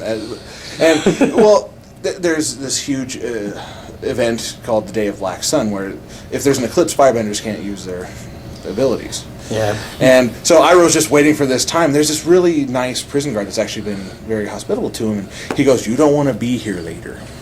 Go home. You look a little sick. And she's like, she's like, I feel fine. He's like, no, you do not want to be here. And so these are not the droids you're looking for. and Zuko actually confronts his father the same day, and because the father's the Fire Lord in this attack in this bunker. Away from it because he can't use firebending, so he's obviously a target. We're jumping to a lot of things here. Yeah, I know, but there's a lot of things that involve him here. And he gets his firebending back after this little discussion, the Fire Lord, and he goes for a shot, and you see Zuko use the redirection of lightning, and fires it back at his dad and blows him back on his throne and leaves. He goes to break out his uncle, and he gets up there, and you see the prison guard that was berating him. He's like, No. The one part is Zuko's walking up to a prison. The prison is crumbling. There's fire everywhere. People are dropped dead or something, knocked out. Just beaten up, and then he comes up to that guard that was just so mean to him. And he's like, He's like, "Where's my uncle?" He's like, "He was like a one-man army. He just broke out. He's gone." And it takes a while until you get back to see him in the series. And he shows up in the last bit, and you find out he's part of an ancient society called the White Lotus, who believes in the ancient There's a ways. lot to cover in this series. And I wrote too. he literally ends up back at Ba Sing Se because the Fire Nation managed to capture it, and so they're going. He's like, "We're going to get it back," and so. And this event, there's this comet that comes down that actually ups the power Amplifies of every firebender. firebender out there. So- It's just his crowning moment of badassery. He's looking at the wall of Ba Sing Se, and He's doing like this breathing, and you then see as the he's flames breathing, around him is just continually getting larger and larger, and just finally, he lets it go and blows the entire wall away on you see himself. the you see the flames gather up, it turn into this ball, and then blast right through this wall. And this is a gigantic wall. Think of it like you had two Wall of Chinas side by side, and he that's just one of rips these right walls. through it. And he and a bunch of masters managed to take it back. There's kind of a sad point about the character on a production level. Is the voice actor for him named Mako. He ended up dying after the first season. Mako is the guy recast him. who did He's and Aku in in Samurai Jack. Oh, really? That yeah, guy. Yeah. Long ago in a days. There's a really sad part in one of these there's an episode where they have all these small side stories, and you have Iroh. He's walking around as he's hiding in the Earth Kingdom from the Fire Nation. He's going through. He goes to pick up a picnic basket, and he's helping out these kids, and it's just one of those cute little side stories. And then he walks out into this field near a tree, and he sets down a couple candles, puts Like a this picture small up. funeral shrine or something. And he lights it up, and and he's like, "Happy birthday, my son. I'm sorry I couldn't have been there to help you." And he sings this song, and it's just so sad. And then it says, "In memory of Mako," and you're just like, why? And then obviously another story comes up, but just the characters, they put so much time and love into making this character that I yes, exactly. Hi, Aku. And I just can't. There's no way I can hate the character because he's just so awesome. He's just so happy-go. Whether in happy-go-lucky. strength or attitude and personality. He's a very good role model in himself. One of I my mean, favorite dialogues was he's talking to Zuko, who wants to learn how to lightning bend. And he's like, "I needed to defeat Azula." And he's like, "I know I should, she's my sister, I should take care of her." Then Iroh goes, "No, she is crazy. She needs to go down." Can I do the uncensored? No. Because if it was uncensored, it's like, "No, that is crazy. She needs to go down." If Avatar was uncensored. It's just great because he's got some of the best comedy throughout the series too. Because he's playing the fool. Oh yeah. But then he takes out one of the the admiral's bodyguards in like 3 seconds. Right. This guy's right there, just, bam, bam, bam, bam, bam. You're next. So that's definitely my number 2 when it comes to that. And on to LG, please. LG, give us another character. Okay. This is from one of my favorite animes and manga. It's Bleach. Oh, Yes, it's an anime manga called Bleach. what I have to do to my brain after reading it. I am somewhat familiar with Bleach. Okay, well, in like the first few chapters, you get an antagonist named Aizen Sosuke. When you Really? You can do Aizen? yeah, Go ahead. Aizen was a badass man. He's the Okay. guy that's like, everything was part of my plan. Oh yeah, because when you first You're eating cheese, that was part Because of my here's like a plan. little summary of Bleach. In Bleach, there are 2 worlds. You got the real world and Soul Society. Soul Society is where There's like if 3 you, worlds, but- yeah, hell or heck. 4. Okay, 4 worlds: Hell, Hueco Mundo, real world, Soul Society. In this show, you got these monsters called Hollows. They are twisted demons. They're actually the souls of people that Been died. corrupted, and they eat other souls. And then you got Soul Reapers. They're the ones who kill and purify these hollows. And then there's Soul Society, Where all where these Soul weird Reapers end come up from. going.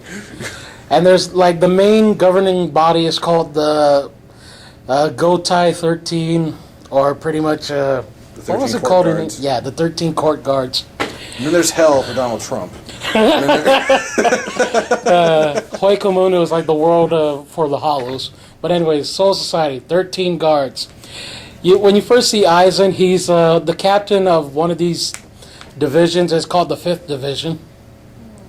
And when you see him, he's just like he's a guy with glasses, very intellectual. His personality is kind of like he's warm and caring and a loyal member to the 13. Oh, lies. Then later on, towards the end of this season, he's like, you know all the stuff that's been happening? That was my doing. I did it! You want to know how I've been doing it? He has this, Soul Reapers. Part of the plan. Yes. It's kind of like that Joker-esque. I'll tell you how good I'd have this plane at. He's going to With told you.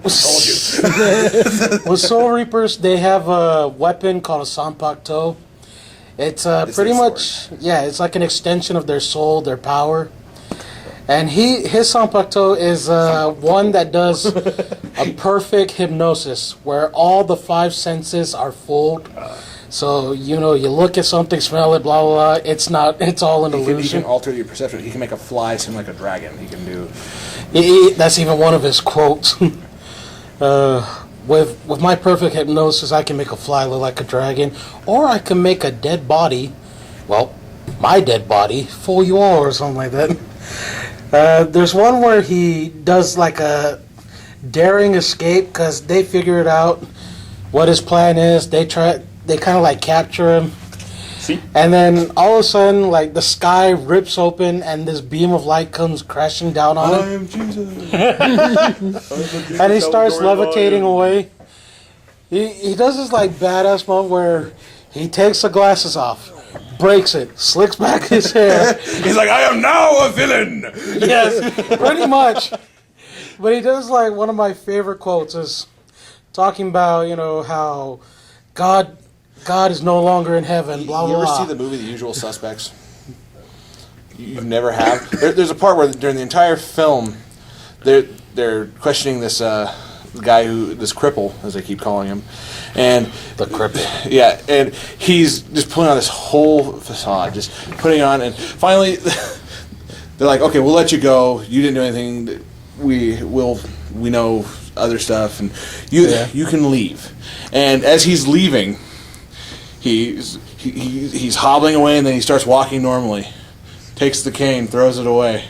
Takes a cigarette, lights it up, sits in the car, and drives off. As they realize that he's the guy that did the entire crime.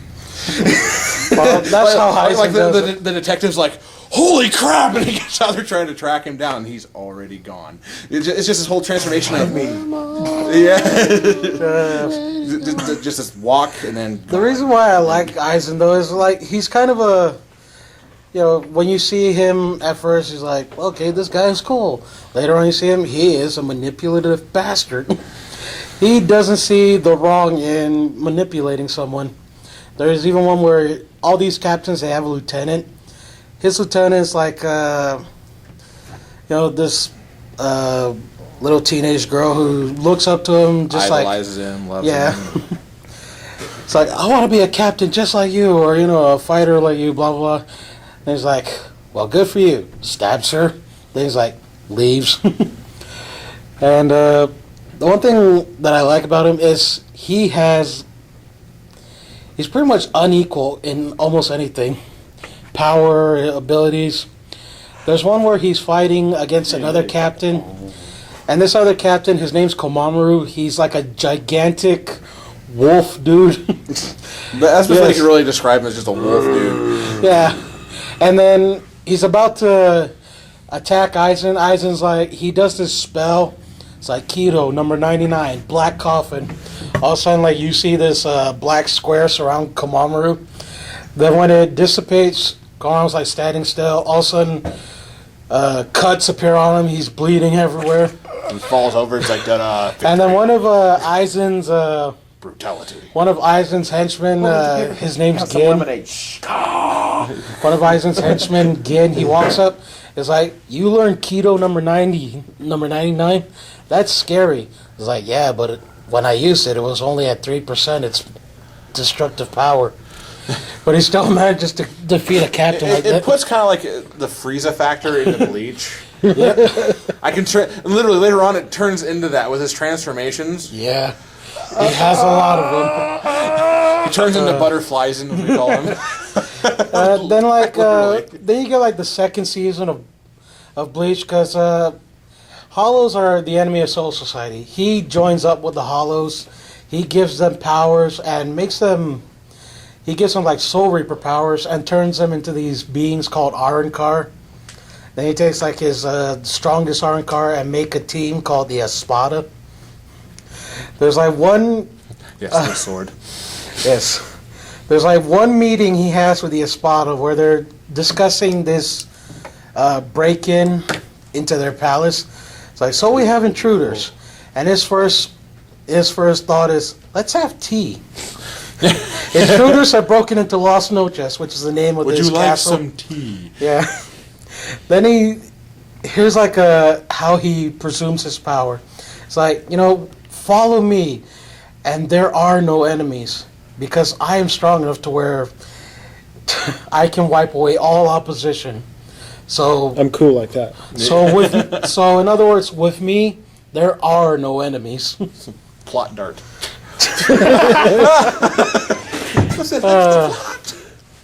It even gets to a point where like Damn, these things hurt. it even gets to a point where later on there's this big battle in the city.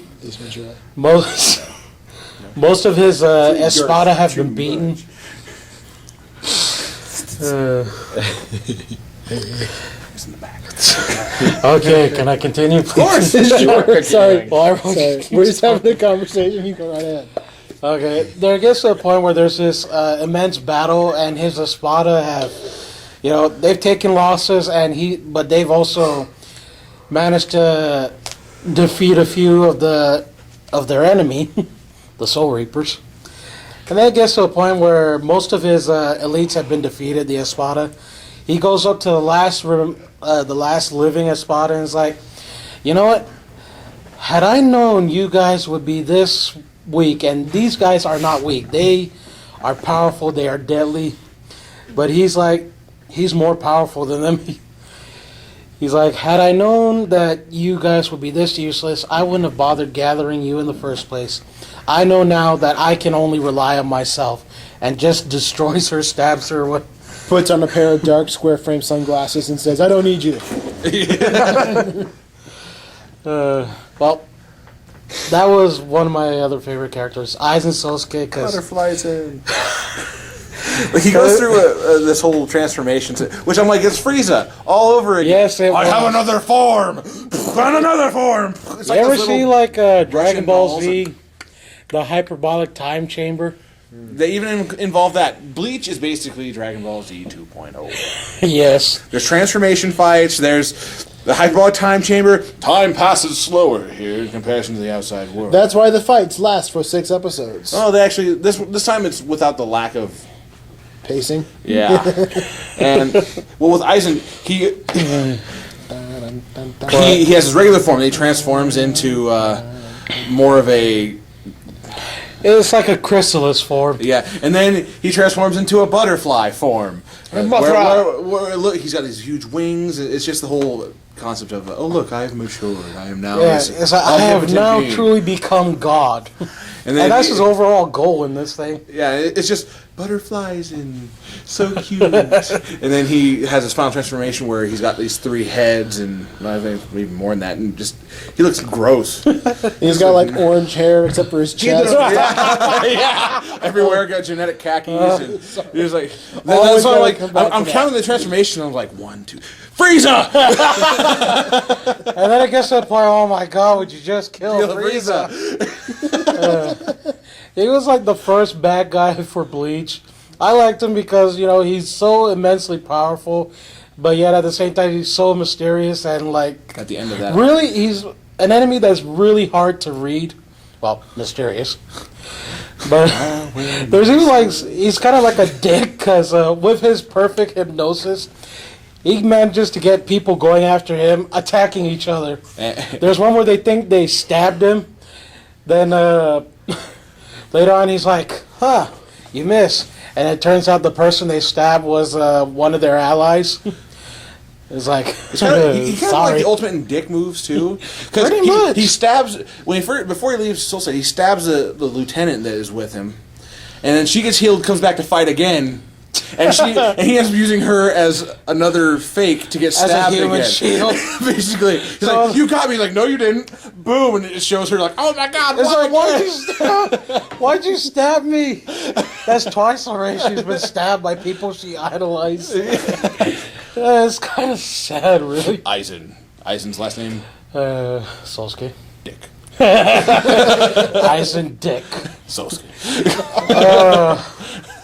Like I said, one of my ADS. and one of my favorite quotes from Eisen where tired of the puns. he's making his escape. I You know, know. he does all, like I said, bad guy transformation, breaks the glasses, slicks back hair. It's like, there's no God. God does no longer stands in heaven, but I will stand in heaven as he's disappearing. No. God. Yes. Religious. You were when that first came out. You were obsessed with that one scene. Cause, dude, it I was walked so epic. into your room once, and you just were watching that scene. I even again. remember it in Japanese. Watashi ga ten mitatsu. Yes, That's how much I. it's near loved it. Batman level idolization, just with one scene. What? But not like his. That's true. He's a whole different transformation. What? I'm a Batman fan. You haven't seen my final form. I would give Eisen. I would up with give the cape. Eisen. Dun, dun, dun, I have another dun. form. Find me. Happy birthday. I dare say I would give Eisen 5 out of 5. I will stand in heaven. But anyways, moving on. Okay. On to Andy. As I sat here listening to you guys talk about your characters, I struggled for a long time to think of somebody. I went through Batman. millions because I'm saving him for the last. Is it Calendar King? What's Calendar that? Man. Kite man. I thought of so many. I was thinking like Quail Man from Doug. I was thinking Muscular Doug funny. Beaver from the Angry Beavers. Beaver, Muscular yeah. Beaver. Which Toast man. Powdered Toast. Oh wait. Freakazoid from Freakazoid. I was thinking about Freakazoid. I was thinking of all these characters, and Candlejack. Oh crap! I was like, Scream. eventually, Le fromage. Who cut The the cheese? Hey, Freakazoid, you want to go get a mint? Okay. Anyway, Andy. so I couldn't really think of one, and then I'm not sure. I don't know. All who of a else. sudden, it popped in there. The Stave Puft Marshmallow Man. It just popped in there. Or you whispering to me? He wants me to talk about Alfred because I tagged him as Alfred one time on a Facebook picture. Whoa! I felt that. Somebody stepped on a bubble wrap. Anyway, Funny story about that. The other side of the shop, like 3 people in a row, I had finished packing up these boxes, and I forgot the bubble wrap on the ground. And then 3 times within I want to half hold an your hour, breath. I'm like, someone, boom! Oh my god! And I looked at the bubble wrap. I'm like, so you found the bubble wrap? And then I'm like, I really have to move that. And then I finally scared one last guy nearly to death. He's like, boom! I'm like, yes, we have a drive-by shooting here in the shop. Mike's killing people with Thor hammers and bubble wrap. I'm sorry. Should we tell them that story? No. Another time. another time, perhaps. Might kill someone with Thor's hammer, but that's a tale for another time. In the secret location of Mystery Island. Crap! Find it! So I'm not quite sure who else I should talk about. I mean, I talked about the Shadow. I guess I could talk about. Wait for it. That was quick.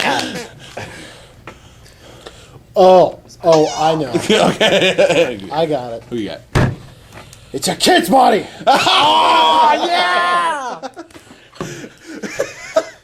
I gotta talk about the Doc. Emmett Brown. One of the greatest characters in the history of film. I remember when I was a Is there kid. something wrong with the gravity in the future? Why is Everything's so heavy. Who's vice president? Jerry Lewis. Not Ronald Reagan, the actor. But anyways, Nothing. I remember when I was a kid, I was obsessed with the Back to the Future movies. I was awesome. totally. Everybody was. still waiting on that hoverboard. It's 2015. Scientists, you have Jetson's 3 lying, years. man. You have 3 years. Your move, boys. What, you want a hoverboard? We've been trying to make a jetpack. Look at these. These experiments have gone wrong. I guess I don't have a whole lot to say about Doc Brown. I mean, if you've seen the movies, you know why he's awesome. Yes. My favorite moment of his.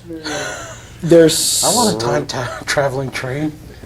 But anyways, Would you Who rather- doesn't want a time traveling train? I want a time traveling car. Honestly, I'd rather I would have love the train just to be completely impractical. Well, the train flies. There's no tracks. You can't park this train here. Go to the future. There's no trains anymore.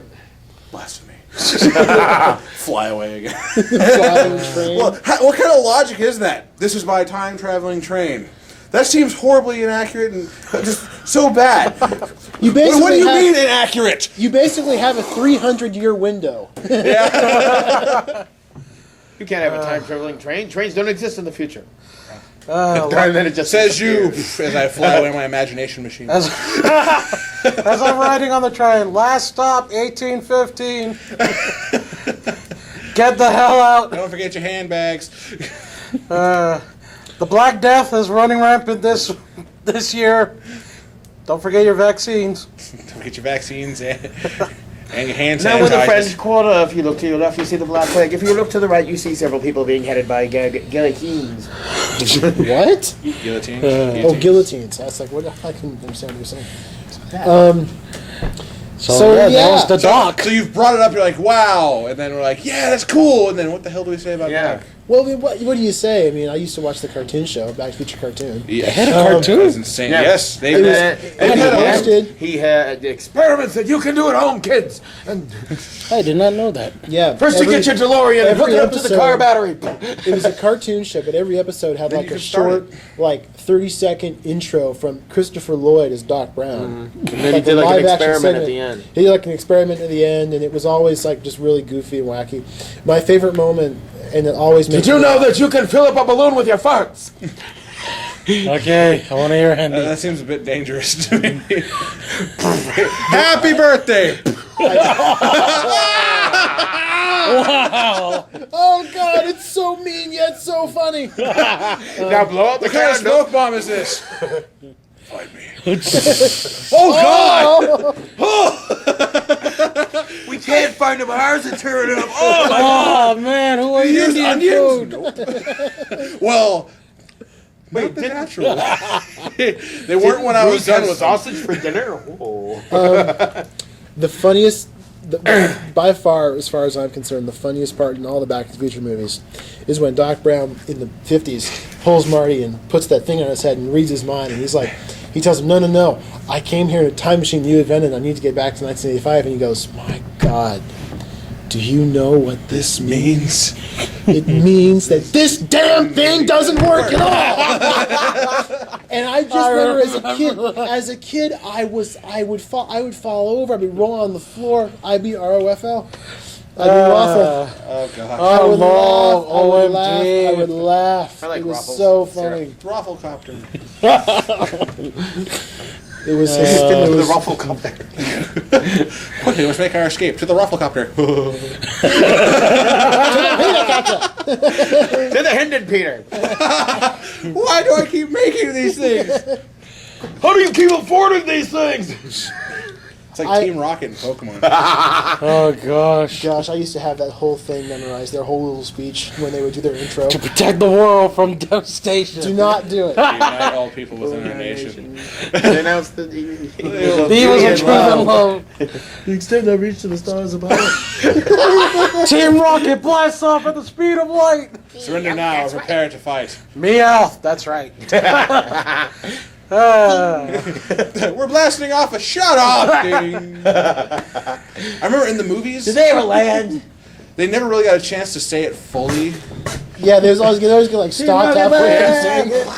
And then they They decided never to truly apply that blast logic. off. To land somewhere else. They get blown up. They're like, we're blasting off a... And then they would land somewhere else like, holy crap, we're still in the movie? And it was always by like the villain of the film that would come up. Jesse was hot.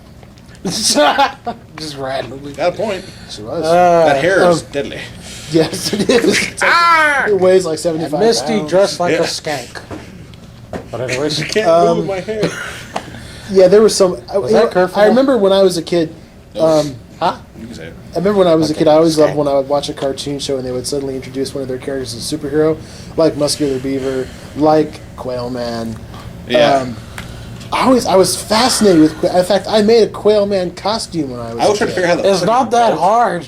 You just take your brown khaki shorts and your tennis shoes and you put A white shirt underwear, with a green vest on. the underwear outside. over your outside, and then you wear it with the Q, and then you take a belt and you put a little other belt so it hangs Yeah. out.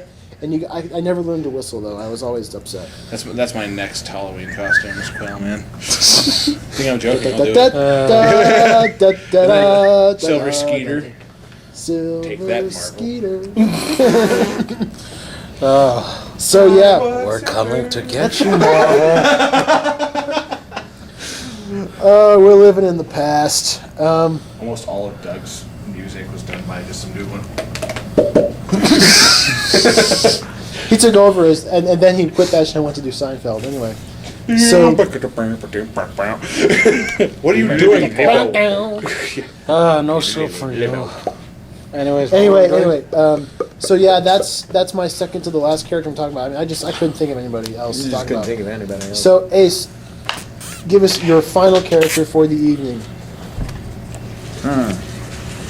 See, I've been toying with a couple of people up the stairs. I'm not sure. Up the stairs, Yeah, not beneath the stairs. under the stairs. Stupid kids on the walls and damn kids under the stairs. It was a sci-fi movie. It was a bad sci-fi movie. Yes, it was. They live. But I can't kicking believe ass. I didn't think to do Roddy Piper's character from They Live. How could I forget that? Shut up. I am Respect on Doug here Brown.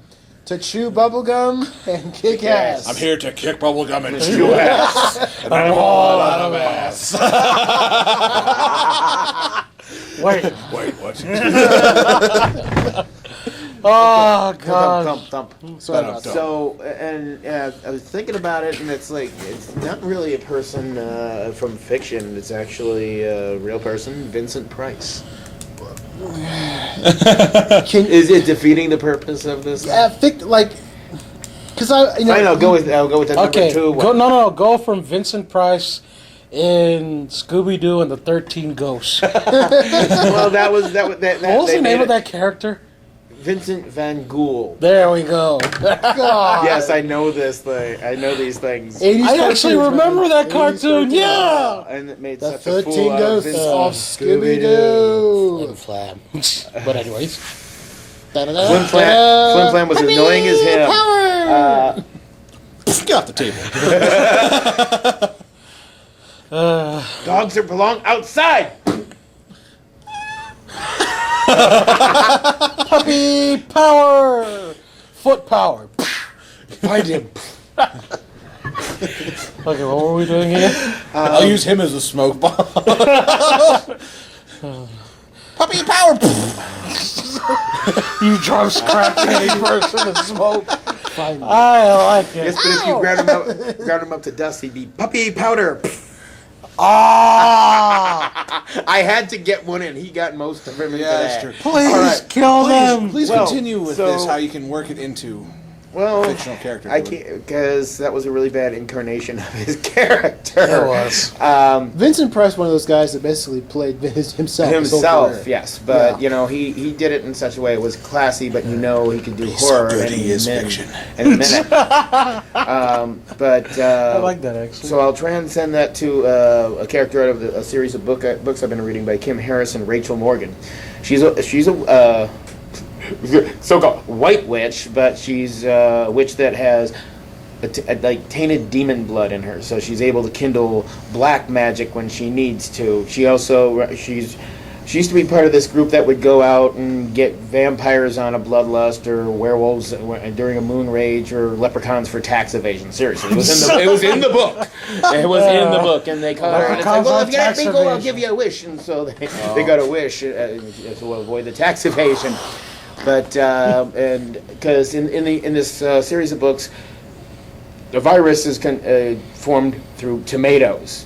Tomatoes wipe out half of the human race, and people like witches and werewolves and vampires and pixies aren't affected by it. Killer tomatoes? Yes, Oh, yes. got it. Killer tomatoes. But she left the formal place she worked for, the FIB, the Federal Inlander Bureau, and the FIB, yes. That is not a change. But she hangs out. It's a she lie, it's a runs her fib. own independent business Oh, thank you, Ace. with a living vampire problem, and a son. pixie. And it's an interesting series of books. I mean, she's had many men in her life, and then they end up dying on her half the time. You were so cool. I love you. I mean, I haven't read the last couple of books, but the CW has optioned it into a series called The Hollows. So Really? yes, Wow. it's a good series. You got a witch who's trying to be white, and everybody's saying, "Oh, you can twist curses and that. You must be a black man." I do not practice black magic. I swear I'm a white witch. It's just the demon. But you made deals with demons. Shut up, Andy. But it's just the integrity that she fought the system and went out on her own. She still has to do. Fight the system. Fight the system, man. Well, most of the FIB was run by vampires who are dicks. So, and we all know they go disco, they explode. But it's a series of books where it's got great humor and a lot of action. So. Cool. How do you kill the vampire? Sunlight turns them into disco balls. Oh no, the 80s and 70s are coming back. Stop I could it. just see that vampires in a disco club. Kill it Someone with has like a magic. They UV also light. attract John Travolta from afar. Oh. No, Sunlight. Saturday Night of the Living Dead. Yeah. Pump. Oh. Wait a minute, let me pick up my arm. Staying dead. Staying dead. Oh. Totally eating brains. But anyway. Hey, it works. We hold the patent. They're coming to get you, Travolta. Now let's move. We got to get No, going. it's only the massage artist. So, Okay. You know, I grew up in the sewers. I dark and wet, you know. oh god. Someday I'm gonna get a chance to do my Tom Cruise impression, but not today. Someday I'm going to be a words, doctor you're and gonna be change running my away last from your name to gay thoughts? Acula. I'm in love with Katie Holmes. Sorry. I'm not gay. But anyways. So, Mike, Sorry, Tom. what other character from Avatar: The Last No, we're not. Airbender are you gonna go over? I only covered one character from there, sir. So you So there, me. I don't know what that was, but anyways. Thank you for the defense, boys. So, what other anime character are you gonna go over? How about Optimus Prime? Hell yeah! You seriously gonna talk about Optimus? Yes. The magical trailer. Let's do this. The magical trailer. They keep coming at me. Just keep transforming. Your Optimus trailer will Prime. appear. Wait. There was just a trailer there, wasn't there? Yeah. Oh, look, it's back. Okay. What the hell? Even Optimus doesn't know where it goes. He's like, he'll walk around all day in robot form going, where the hell did I leave that thing? Optimus Prime, also known as Robot Jesus. Yes. How many, in every single iteration. He died for our dies. inner John. Even in Beast Wars. He dies. Coming Yeah. back. And he died for our spark plugs. Died for our sparks. And our energon. I'm going to try and keep it short and sweet about Optimus Prime. I grew up. He was one of my very first role models, next to my dad. And I just want to transform and roll out. No, it was more of just because how he led the team. Yes, in G1 he kind of had a horrible time leading the team. But Sure, us as a gear and to roll be out. truthful, the first form of Transformers I saw was actually Beast Wars. And then Nancy cringes. I went and saw as much of G1 as I could. Attaboy. And and I always found myself, just, it's hard to explain. Just Optimus Prime was just a big part of that. And it sounds goofy. It really does. But you know what, dude? I remember, I'll never forget it, when I went and saw the first movie. And we've talked plenty of trash about the Transformers movies. Yeah. They deserve it all. But the casting of Peter Cullen, We're coming to get Yes. you, Michael Bay. when the movie opens with his voice, I freaked out. I mean, even though I knew he was going to be, I hadn't heard his Optimus Prime voice since they took Toonami off the air. And even that, he was just doing the voice, he wasn't playing the character. I don't like that Yeah. part too. And when one he- of the, sorry, So you're it's talking just about one of the the things in Toonami. the Bay version or the original film? The voice though. Okay, yeah. Because you hadn't heard him in a really long Yeah. time. And when he starts, before time began, there was Time began. the cue. You're like, And we're like, oh! And then when he transforms, are you Samuel James Whit? Oh my God! well, yeah, that moment watching that transformation. I mean, yes, they sometimes catch a lot of flack on how they look, but they attempted realism with giant robots. It's kind of one of the things. It's like, You There's a know, lot of thinking? moving parts. Though. you got to admit, you want to talk about a build up to a transformation. Yeah. I mean, nothing will ever top when he comes out of the smoke. Yeah. In his truck form and the music. Dun, You're going dun, down. Dun dun dun dun dun. And he stop. Compression brakes let out the air. And he just, you see the grill on just come together and just yeah, and for a split second you can see the little Autobot logo on the front of his truck, and you're just, oh my God, he gets up. Are you Samuel James Witwicky? And just it's true He's that like, that moment. Yeah. How do they know your name? Shut up. And why is there an air freshener hanging from your neck? And it's just he'll always have that part where Yeah. I'll kind of idolize him for a bit. It's just he was a big part of my childhood. It kind of sucks he was in Revenge of the Fallen and Dark Side of the Moon. yeah, those movies. Well, now listen to me. I feel like one of the strongest parts of the Transformers movies is their characterization of Optimus Prime. Yes, actually, this is true. Yeah. He's pretty faithful. And he gets really damn pissed in Dark of the Moon because I've got this sword now. he has no problem getting down to business, and that's how he's always been. So great when after you think the Autobots have been killed in that rocket explosion, and then he shows up and he shoots one of them with his giant gun, and that huge shell casing hits the ground, bang, bang, and he goes, "We will kill them all." You're just like, yep. And my day is complete. Optimus Prime is gonna kill some people, and it's gonna be cool. Up That's here, just short and sweet on that one. If you don't know who Optimus Prime is, look up Jesus. It's true. As we were saying, he dies in every single one and comes back better than ever and kicking more I call ass. that Goku syndrome. Badass man Death. number 15 In a robot. in Revenge of the Fallen, when he pops out both of those swords and he just starts. One was a sword, one was a hook. Just in case it picked that up. Optimus Prime What? rose again. Although his it's Badass robot. if you can look through the Shia LaBeouf, there's a good movie in there. it's being fogged by Shia LaBeouf. You can look past the farting jet fire with a cane made of wheels. There's a good movie there somewhere. And the overacting by They Megan could have Fox had breasts. that character without it being called. Seriously, if it was something else. we'll do a whole show one day about how much we hate the Michael Bay movies, but. Look, it's Michael Bay. There's an explosion at the end of it. I'm still waiting for the last Airbender riff track. I'm pretty certain wherever Michael Bay signs on a contract, there's a little puff of black for what exploded after he was done. I'm sorry, I'm using No, got a dot. I'm sending this with my explosive pen.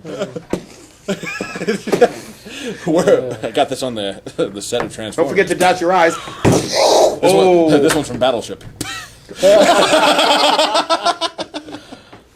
Wasn't Battleship Transformers 4 basically? It was GoBots. Here's the Battleship So movie. I'm going to go ahead and just. They're in coordinate G4. Oh, they sank their I still battleship. That's it. One thing I've always liked about, especially the voice, hearing it on Toonami, especially with that like one little skit of theirs, a mechanized army of yeah, circuitry and metal. cold and emotionless, all in the Optimus Prime voice. That's Toonami. I'm going to have to talk about it later.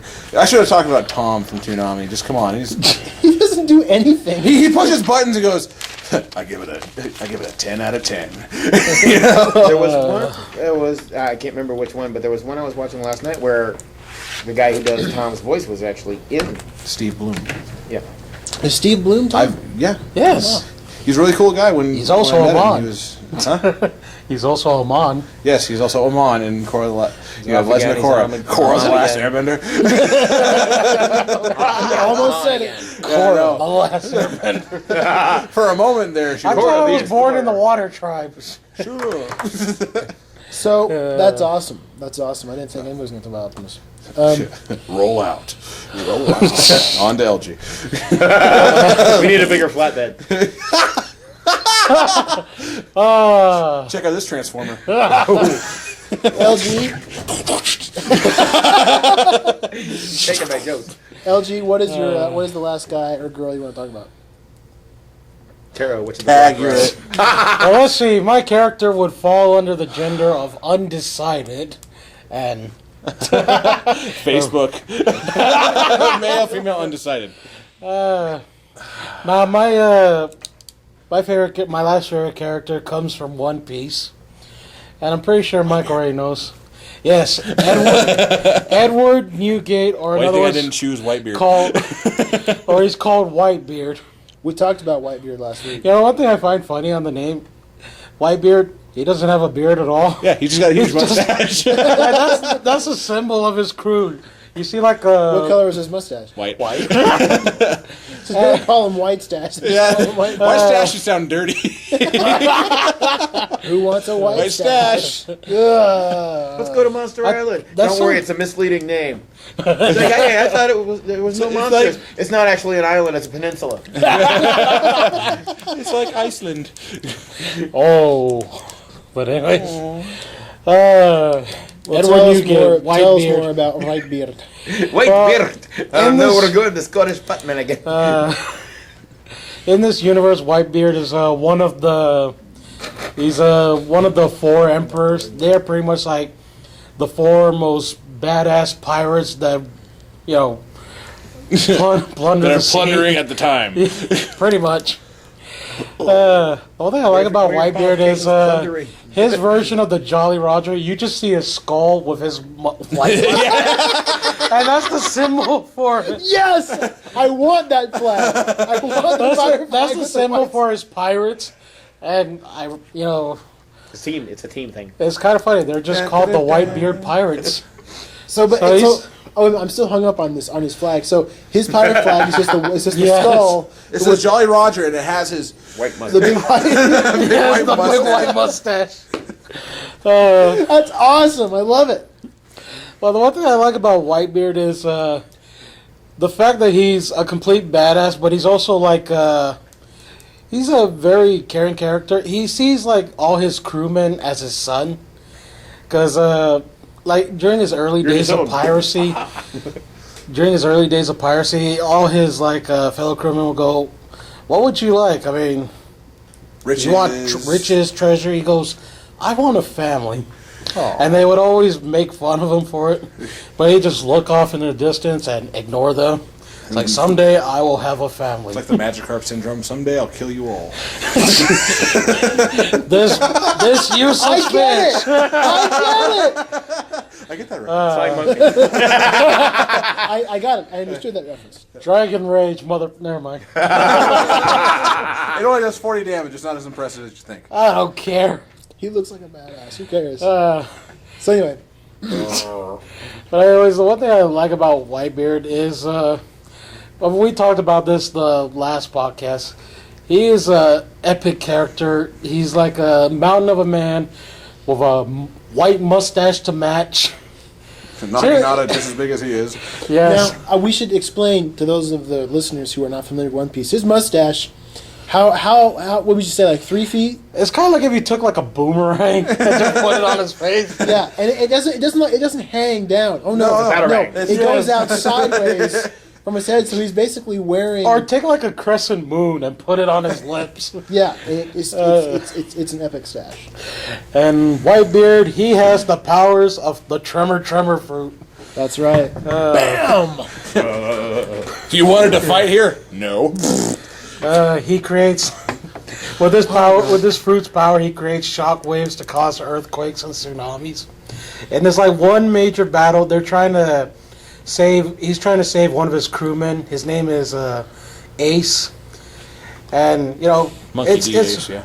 well, it's actually Port Gas Yeah, Ace. Portuguese DAs. Yeah, there's a lot of weird names. Portuguese DAs. But anyways, he's trying to save Ace because not you, Ace, but anyways, trying to save Ace because No, he's saving. the Navy is like doing this whole public execution of Ace just to send a warning to the pirates. It's not you. Get over it. Every time you say it, I'm gonna picture something with Ace. So Anyways, Keep me out of Ace your is spot. about to get his head chopped off when all of a sudden Whitebeard comes barging in with his ships, and I love his ships. His ships look like a freaking blue whale or something. Like the It's front more of it. like a giant white whale, as far as I Yes. remember. Well, okay. Whitebeard, his main ship is a white whale, while the other ships, Sponsor of Clorox. while the other ships are just like regular blue whales. You know which one is his. That's all we're gonna say. Yeah. The other whales must be really sad. And like I said, this whole naval base is it's kind of like a man-made island. Swim with a jazzy beat. There's one where they're just about to kill Ace. And He's enjoying this. And Whitebeard puts a stop to it. He's like, hits the air. You see cracks in the air, and then the whole island starts shaking. And then, thank you, Ace. I'm glad you get killed. But anyways, the whole island starts shaking. Then it just kind of stops. Then later on, you see this gigantic wave about to hit the island. It's like, oh, that's what he was trying to do. Like, everyone's like, oh, crap. it's like, oh God! now we get it. Oh my God! But we've talked about this. Like in this battle, he has gotten shot, stabbed. One point, his face is melted off. There's even like where The one mustache of the still stands. He actually loses half his mustache in that. yes, Everyone's like, what? And he's like, oh, now it's all. then you see the Jolly Roger, half it's missing. It's directly connected to the mustache. and he defeats Lieutenant John Giant. We talked about Johnny Giant. John Giant. Johnny Giant. Like that name, you shall forever be known as John Giant. You're gonna be a big boy. Thank you, Mom. I love you, Mom. I will. Pat. And the one thing I like about Whitebeard's character is, like I said, he sees all his crewmen as his sons. There's one point where the Navy tricks one of his commanders into thinking that Whitebeard's going to sell off, because Whitebeard has gathered all these pirates to help him in this He's got invasion. a bunch of and this fleets under his rescue. name and under his allegiance, and they. And like I said, one of the Navy tricks one of his commanders into thinking Whitebeard's going to sell out all the pirates just to save Ace. Yeah, you go, Ace. And then this guy actually comes up, stabs Whitebeard. It's one of those deceiving moments where he walks up there in front of Whitebeard and he's doing the whole friendly thing and turns around and just full on jacks him in the Yeah, 'cause chest. he makes it seem like he's gonna go into battle when he just turns around, stabs Whitebeard. That's not cool. And then, he's all screaming, blah, blah, you were going to betray us. He's all crying, tears in his eyes. Whitebeard just takes a sword out and hugs the guy. He's like, I am sorry you were misled, my son. And then he decides to take it out on all the Navy, beating up their giants, beating up their major officers. Basically, it's like, by the time I'm done today, there will be no island. And that's kind of how it goes. So, like I said, fast forward into the battle, he actually doesn't get to save Ace. They manage to kill him off. Yeah, like the entire battle is just to save Ace. And Da-da-da. they're like, it's like, we're home free, and then he gets jacked up in the back by one of the admirals. And of course, Whitebeard, he sees this, he becomes... If you thought he was mad at the beginning, oh no. It's like shit just got real. Sorry. For just like this, all the Navy's future children are like, ow, oh, what was that? They were born with black eyes. And he knocks away their major officers, beats down their giants. They even have a team called the Seven Warlords of the Sea. They're pretty much privateer pirates. It's like, whatever we plunder, we'll give to the government or the Navy. He manages to beat them, a few of them. Butt ready, I want to smash him. And then, Just looking down to see if it was a friend of mine. like the last few moments of his life, he gets ambushed by an old crewman of him, a son, Blackbeard. Who has no beard? Actually, no, he's got a beard this time. He has no No, mustache. he doesn't have a beard. It's just Oh like, yeah, it's like scruff. yes. So he's a These flesh names like are beard. very misleading. Black stubble. Yeah, it just doesn't sound as good. Blackbeard. Well, Blackbeard was at one point one of his crewmen, one of his sons, till he did the number one sin in Blackbeard's eye or Whitebeard's eyes, is he killed another crewman, another son, to get his hands on this one fruit called the or actually it was called Dark. Yeah, the dark fruit. Man, it's bright in here. which this fruit is kind of like. Well, now I have a tan. Which this fruit is kind of badass. It lets him create all these vortexes, and when anyone uses an attack on him, he creates a vortex, sucks it up. But it also has They'll suck up the powers of other. Yeah, fruit I just keep users. wanting to correct you with your grammar, but no, I'm not going to do it. Go on. What? No, go on, please. Okay, then it sucks up other powers, and then what's his name? Teach or Blackbeard. Yes, they actually use the real life name of. Well, I don't know. How did you spell Teach in real life? It was his real Blackbeard's real name was Edward Teach. Yeah. Well, in One Piece, it's Marshall D. Yes, D, comma Teach, and it was Teech. To teach. In real life, it was spelled like teach, like to teach or something. Yeah. Yeah. Teaching is such a stressful job. They even have their Focus, LG. Okay, but anyways, Blackbeard's pirates, they kind of crash this little invasion. It's like, there's a battle. Let's join in. And they all pretty much broadside Whitebeard. And they pretty much unload bullets into him. They stab him. That's what ends up taking him down. Well, it's kind of This like is one of the. with the holes in his back. We had No. no wounds on his back from running for a fight. But it's kind of like where it sort of leads up to his death. Yeah. But they have him surrounded. They've done all these attacks, and he still manages to blast them away. There's one where he gets his hand around Teach's neck, Blackbeard's neck, and he's about to choke him and kill him. It's like, you're really gonna kill me? Well, it's like, you are a son that betrayed me and killed your brothers, so you deserve to die. And then it's kind of like the badass man death right here. He just pretty much kicks a bucket, still choke him. But of course, when he dies, he kind of loosens up.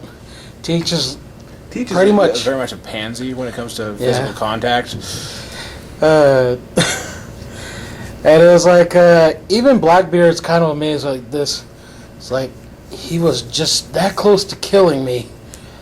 And even though he's dead, he still has a smile on his face.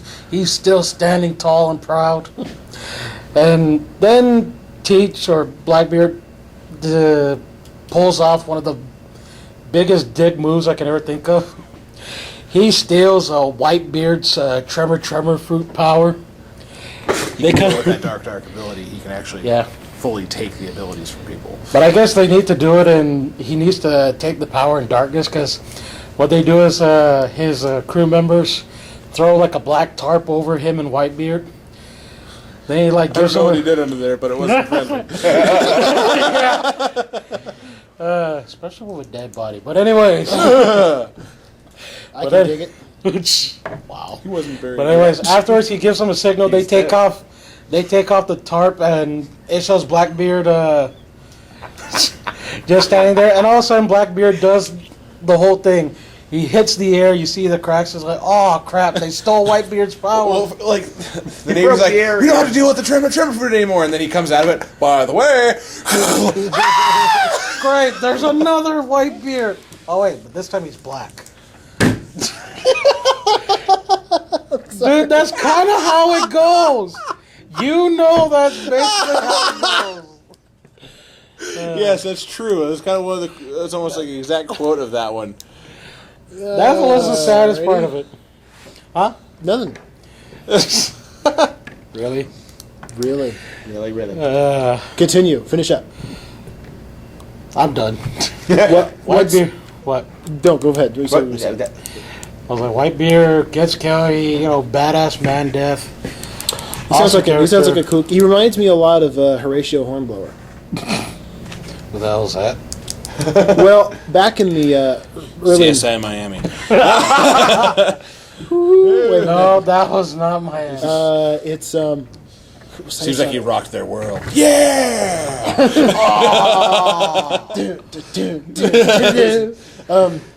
Horatio Hornblower was a character from it was like in a series of novels from the early 1900s of a sea captain who one of his traits was that he felt pain when his crew felt pain. He was like the father and they were his children. Yeah. So, and Captain Kirk is kind of based on him, and I'm sure that there's some inspiration for Whitebeard. So yeah, Probably. that's cool. Sounds like a cool character. What's our time? We're like just at 2 hours. Oh, wow! Already? Yeah. Remember, Redneck Batman. That took up a lot of time. Well, that was a bit of it. I know. Yeah, we probably That's talked for gonna a get solid. cut. Probably talked for a solid 25 minutes about the Redneck Batman.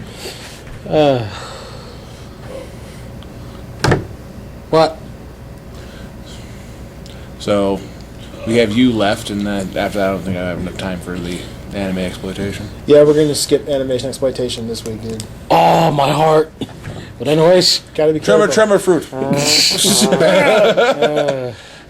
losing oh, you. you know, you guys kind of cut me off when I was talking about.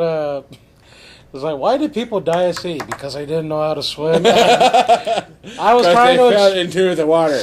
Yes, I was Or trying to scurvy. explain that because that was like the side effect of these devil fruits that give these Right. people powers. You can't swim all of a sudden. Which you think Well, would it's kind of like be a based off. concern Of, if you're a sailor. it's kind of like based off of this. Back then, the mindset was like, "I'm on a boat. I don't have to learn how to swim." And then,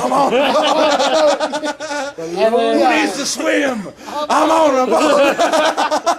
and then the other side to that was pretty much they believe that once the sea got you, it's no point in struggling. Or Once it got a that taste if of you, if it'll the come sea after got a you taste of forever. you, it will always come after you. So that was kind of like the whole explanation to that. I'm on a boat. So what do they do when they take a bath? That's not the sea. I don't know. Good thing I have the sea to What help if me. what if they're taking a bath and they spill a salt shaker? Still not the sea. Still not the sea. For one, why is there a salt shaker next to the... Man, I love this burger and shit. Oh, no! Bath salts. My shampoo could use a little more sting to it. What am I washing my hair in? Steak sauce! Ah! He's eating a steak. Just needs more. Click. No! The C's like, can't wait for him. He's telling me, you want to kill me? No, why don't you make us another one of those awesome steaks? Drop the steak in. No! Here's what I could picture. Some guy eating like on a floating tray in a bathtub eating steak. All of a sudden, there's like a little spout, and the steak starts sinking like a Titanic. There's like, no! It goes, and then it breaks in half. And Then he stands up. You see the salt particles falling and hitting the propeller.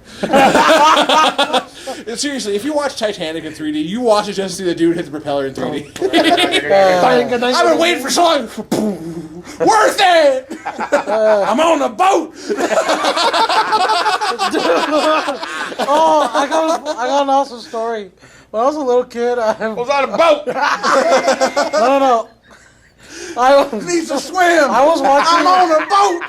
I was watching the Titanic when it was first in theaters, and right like at the end where that old lady throws a diamond into the sea. I actually looked to my left. There's an old lady. I was like, "Did you really do that?" Look what you did! are you serious? Yes. He's asked some poor How old old are lady. you? I was 10. You should have known better. I don't care. I Dude, he laughed. doesn't know better now. Why would he fucking know better then? Hey, old lady, you're breathing dust. How's it feel? Hey, old lady, if I cut you, would dust fall out instead of blood? You're so old, your birthstone is sand. I remember when dirt was clean. Oh, God. Okay. When God was just good. Because I pretty much heard that Titanic was based on a real story, but I was a little kid. I didn't care. sink the ship? They could have had a sequel. I've actually heard that argument before. Oh, man. Titanic wasn't real. It was a movie. You're a dumb child. I was Well, back then. I guess I actually. can understand me like 300. Oh, that wasn't real. That was a movie. Well, yeah, pretty much. Actually, it was the movie was great, but it was loosely based on based on the Battle of Thermopylae. But anyway, we're getting off topic. I This gotta is talk Sparta. about. Let's move on. I gotta talk about this one character that I'm rather fond of. This is Batman. Strawberry shortcake. That is very, very bad, Andy, Mike. Andy, let's go ahead and get this moving. Fruit. I don't even know where to start. Find me. I am the Batman. I can't breathe all this smoke. Where should I Batman start? with asthma. Find out. Next time on What the heck's up with that weird signal in the sky? Someone should fix that light. Smoke signal from the sky. What? Someone stole the signal. Where do I? Batmobile. Where do you begin? Where do I begin? How about at the start? That's a good place. When Thomas Wayne No. and I was Johnson. 3 years old, and this is my earliest memory. I'm 3 years old. I'm sitting in the car seat, in the back seat of my mom's old minivan. We're driving around downtown Lewiston, Idaho, where I grew up. Well, I didn't grow up there. I was there till I was about 7, but I lived there when I was very young. Then my mom had a bat. we were going to watch something at the theater. No, we weren't. We were just driving. And the minivan was hit by a duck.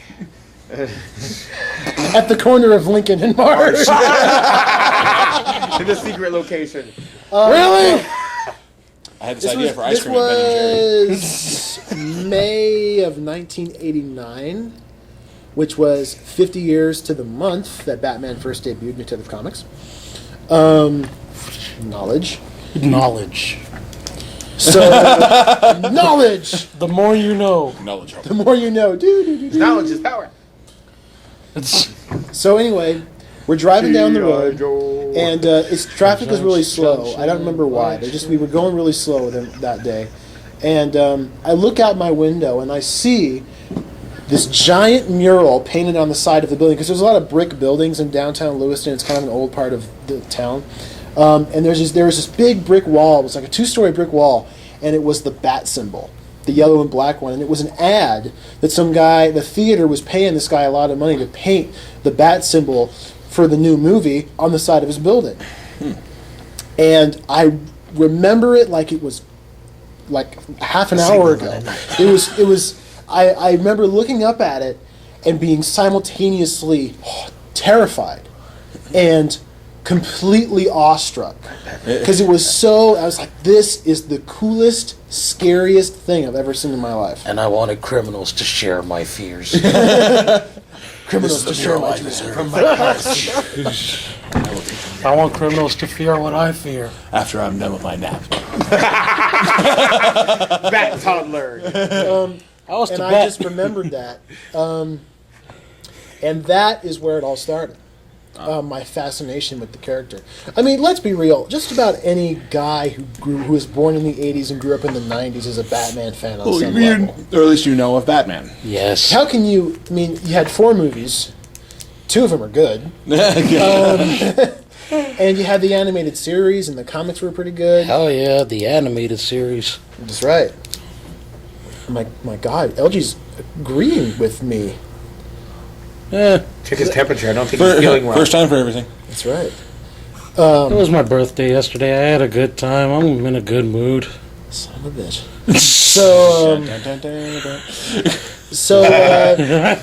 But I'll tell you, I mean, I was always a big fan of the character as a kid, but I didn't get really into it until early 2000s. Probably about 10 years ago, I started getting really into it. After Batman and Robin came out, a lot of... You were sad. I love it when a plan comes together. With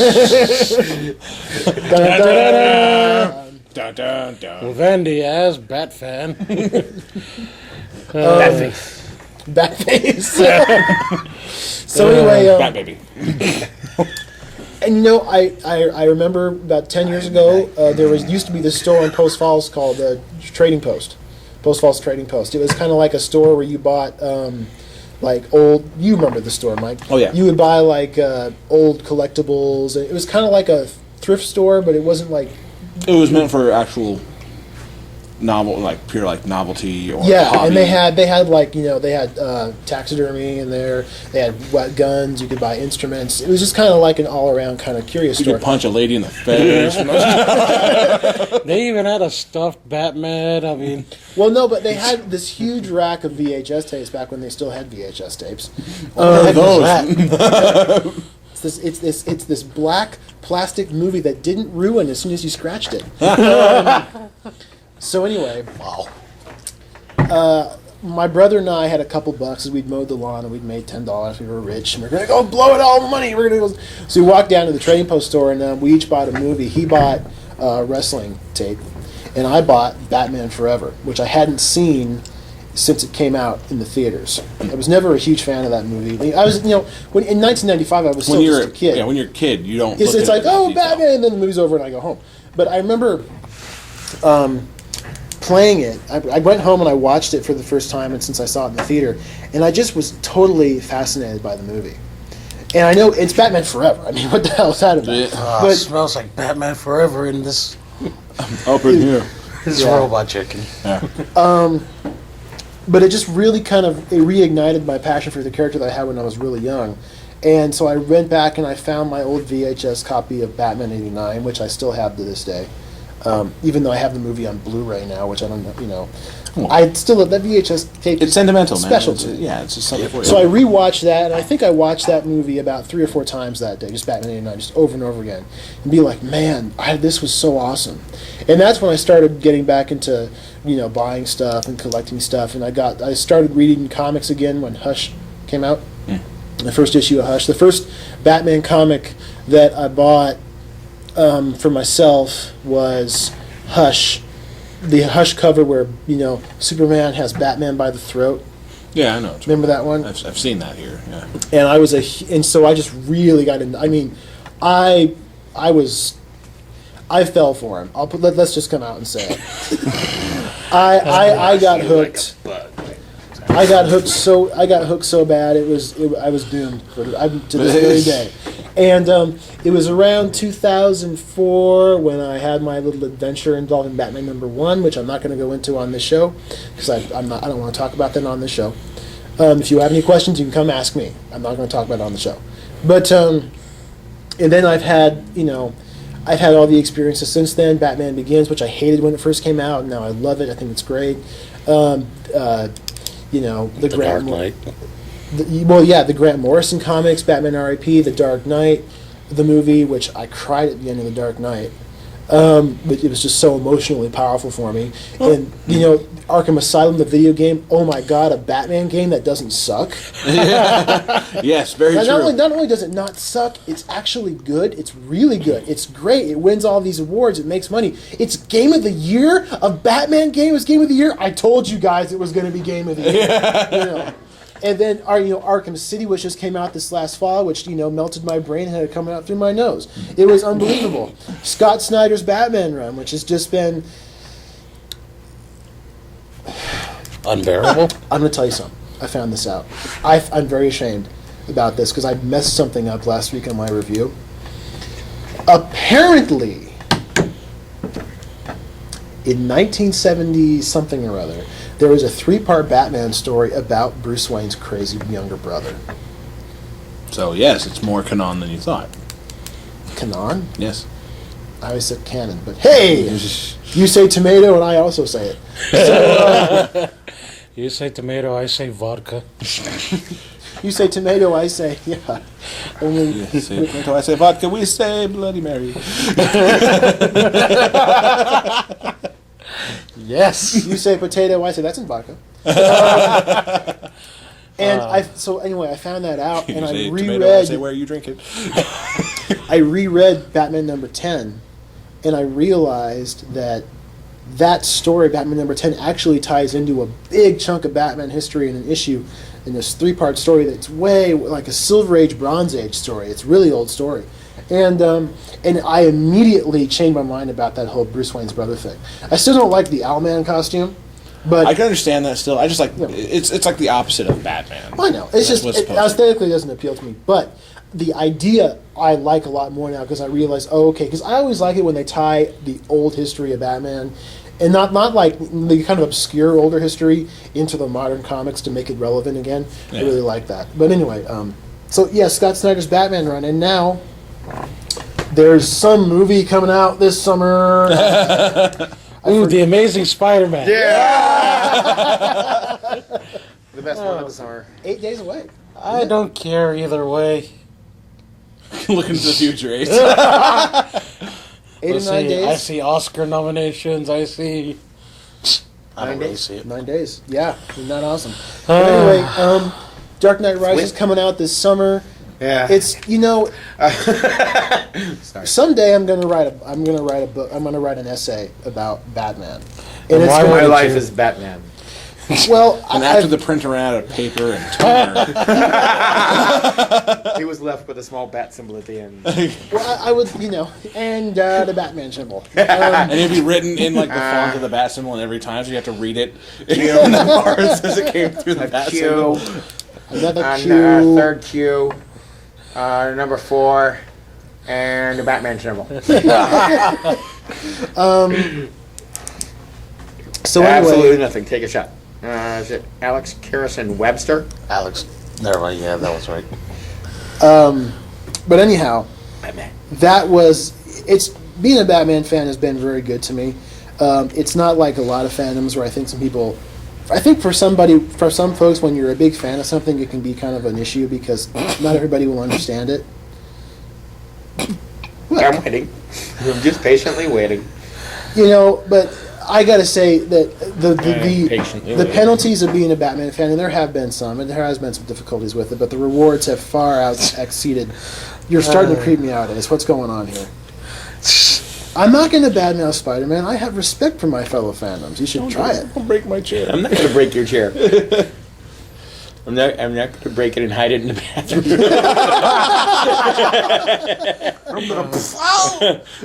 Quick, hide the evidence. Quick, minion, hide it.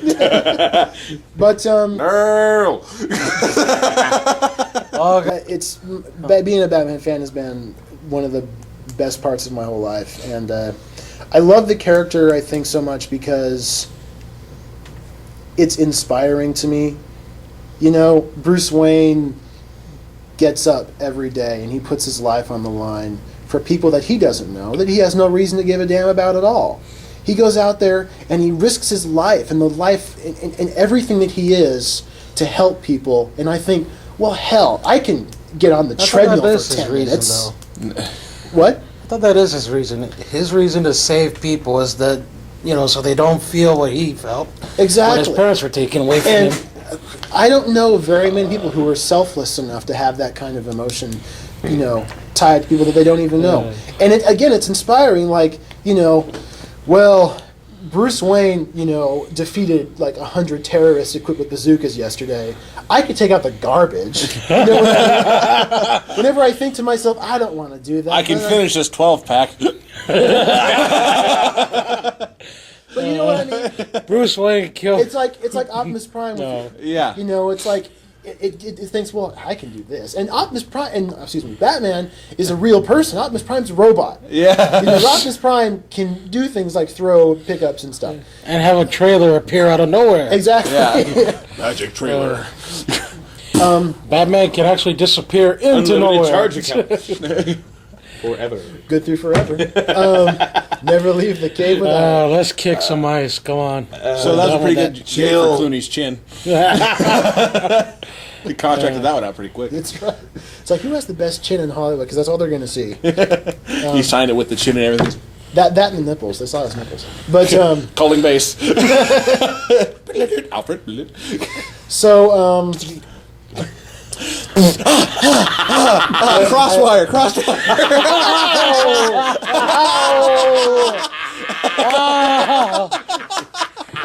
It was so good. Andy Why am felt I that. picking up QVC? Oh my god! but anyway, I am the Batman. I'm the Batman with one nipple. anyway. So it's very inspiring to me, and also it's a really fun hobby. I like to talk about it with people. It gives me a sense of identity. Everybody here knows me as the Batman fan. You guys, my name, the label for my name on my box is Bat Andy. So I'm the only one with a nickname on that list. That's true. Except for Ace. But Ace he's known as his regular name. That's his regular name. That's Ace. I know So- your real name, Ace. I don't care. So, Mr. Kiona. I don't care. Should I put on the Bane mask now and just walk down a... Mr. Kid. Could be any nick. Another situation, me being unable to understand characters from the movies. There's a line in one of the movie TV spots where he says, "Gotham, this is your liberation." And I thought he said, "Griffin, this is your lib." Because he's kind of like, "Gotham." I did like that one line you brought up, though. Oh, yeah, hockey- Batman or Bane. Hockey pants. No, not that. It was in one of the. What? It was in one of the Dark Knight Rises where you hear Bane. He's like looking over Bruce Wayne. He's like, "When all of Gotham is Ashes, you have my permission to die. badass line, very lousy execution." I understood normally every one of them. I don't. I can hear Yes, I him. could understand that, but it just But do you the expect line him to is die? awesome. No. It's just the way he That says makes it him doesn't so- have much of an impact. It gives him that. Don't get me started on that movie. We can talk about it for the next 20 days, but because that's how long it takes. Got that in 20 days. Crap. But anyway, 28. so it doesn't matter. The number Anyway, 23. Shut up! I got this. Come on, 20 days, damn it! we're less than a month away. So 26 days. So it's 24th, right? Yes. 26 days. So anyway, yeah, being a Batman fan has been great. He's my favorite fictional. I mean, he's my favorite thing that isn't real. Yeah. He's my favorite thing that isn't real, like the Loch Ness Monster and the Chupacabra. I'm Bigfoot, so that's real. And the cure for AIDS. Oh, wait. Oh! So Is that Curve? that is LG. that is everybody's favorite three favorite characters. We appreciate you guys sitting and listening to us babble about stuff that only we care about. So We need to make an announcement for our next special, which I guess is going to be Spider-Man. No, It's going to be on the. that'll be. What's the first Sunday after That'll be the 8th? 2 weeks, actually. So we'll have this coming one, which will be the 30th, and then after that. 8th? That'll be the Okay. 8th. We have 2 special announcements for the 8th. Episode 14? No, 15. 15. Yeah, because this is episode 13. How long have we been doing this? My God. We've been doing it for almost 15 weeks. Longer than that because we missed a few weeks.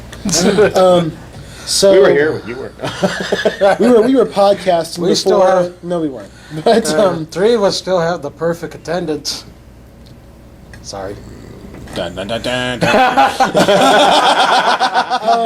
anyway, Second. so on the episode after this one, it's going to be our Amazing Spider-Man roundtable. We're all going to talk. Hell yeah. about, that's right. Hell yeah. Well, that'll be 2 weeks. The one after our next one. Episode 15 will be our Amazing Spider-Man roundtable. We're going to talk Probably literally about. have to be pulled off the ceiling, but that's a skill I need. Ace will not be able to contain himself.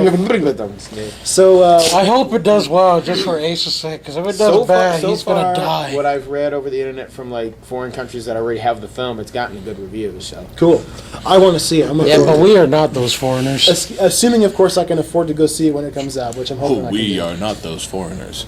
he's just saving money. I'm putting all my bat dollars away for Dark Knight Rises. I've already got my ticket bought. 2 Yeah, weeks. see. So What are you saving the rest of your money for?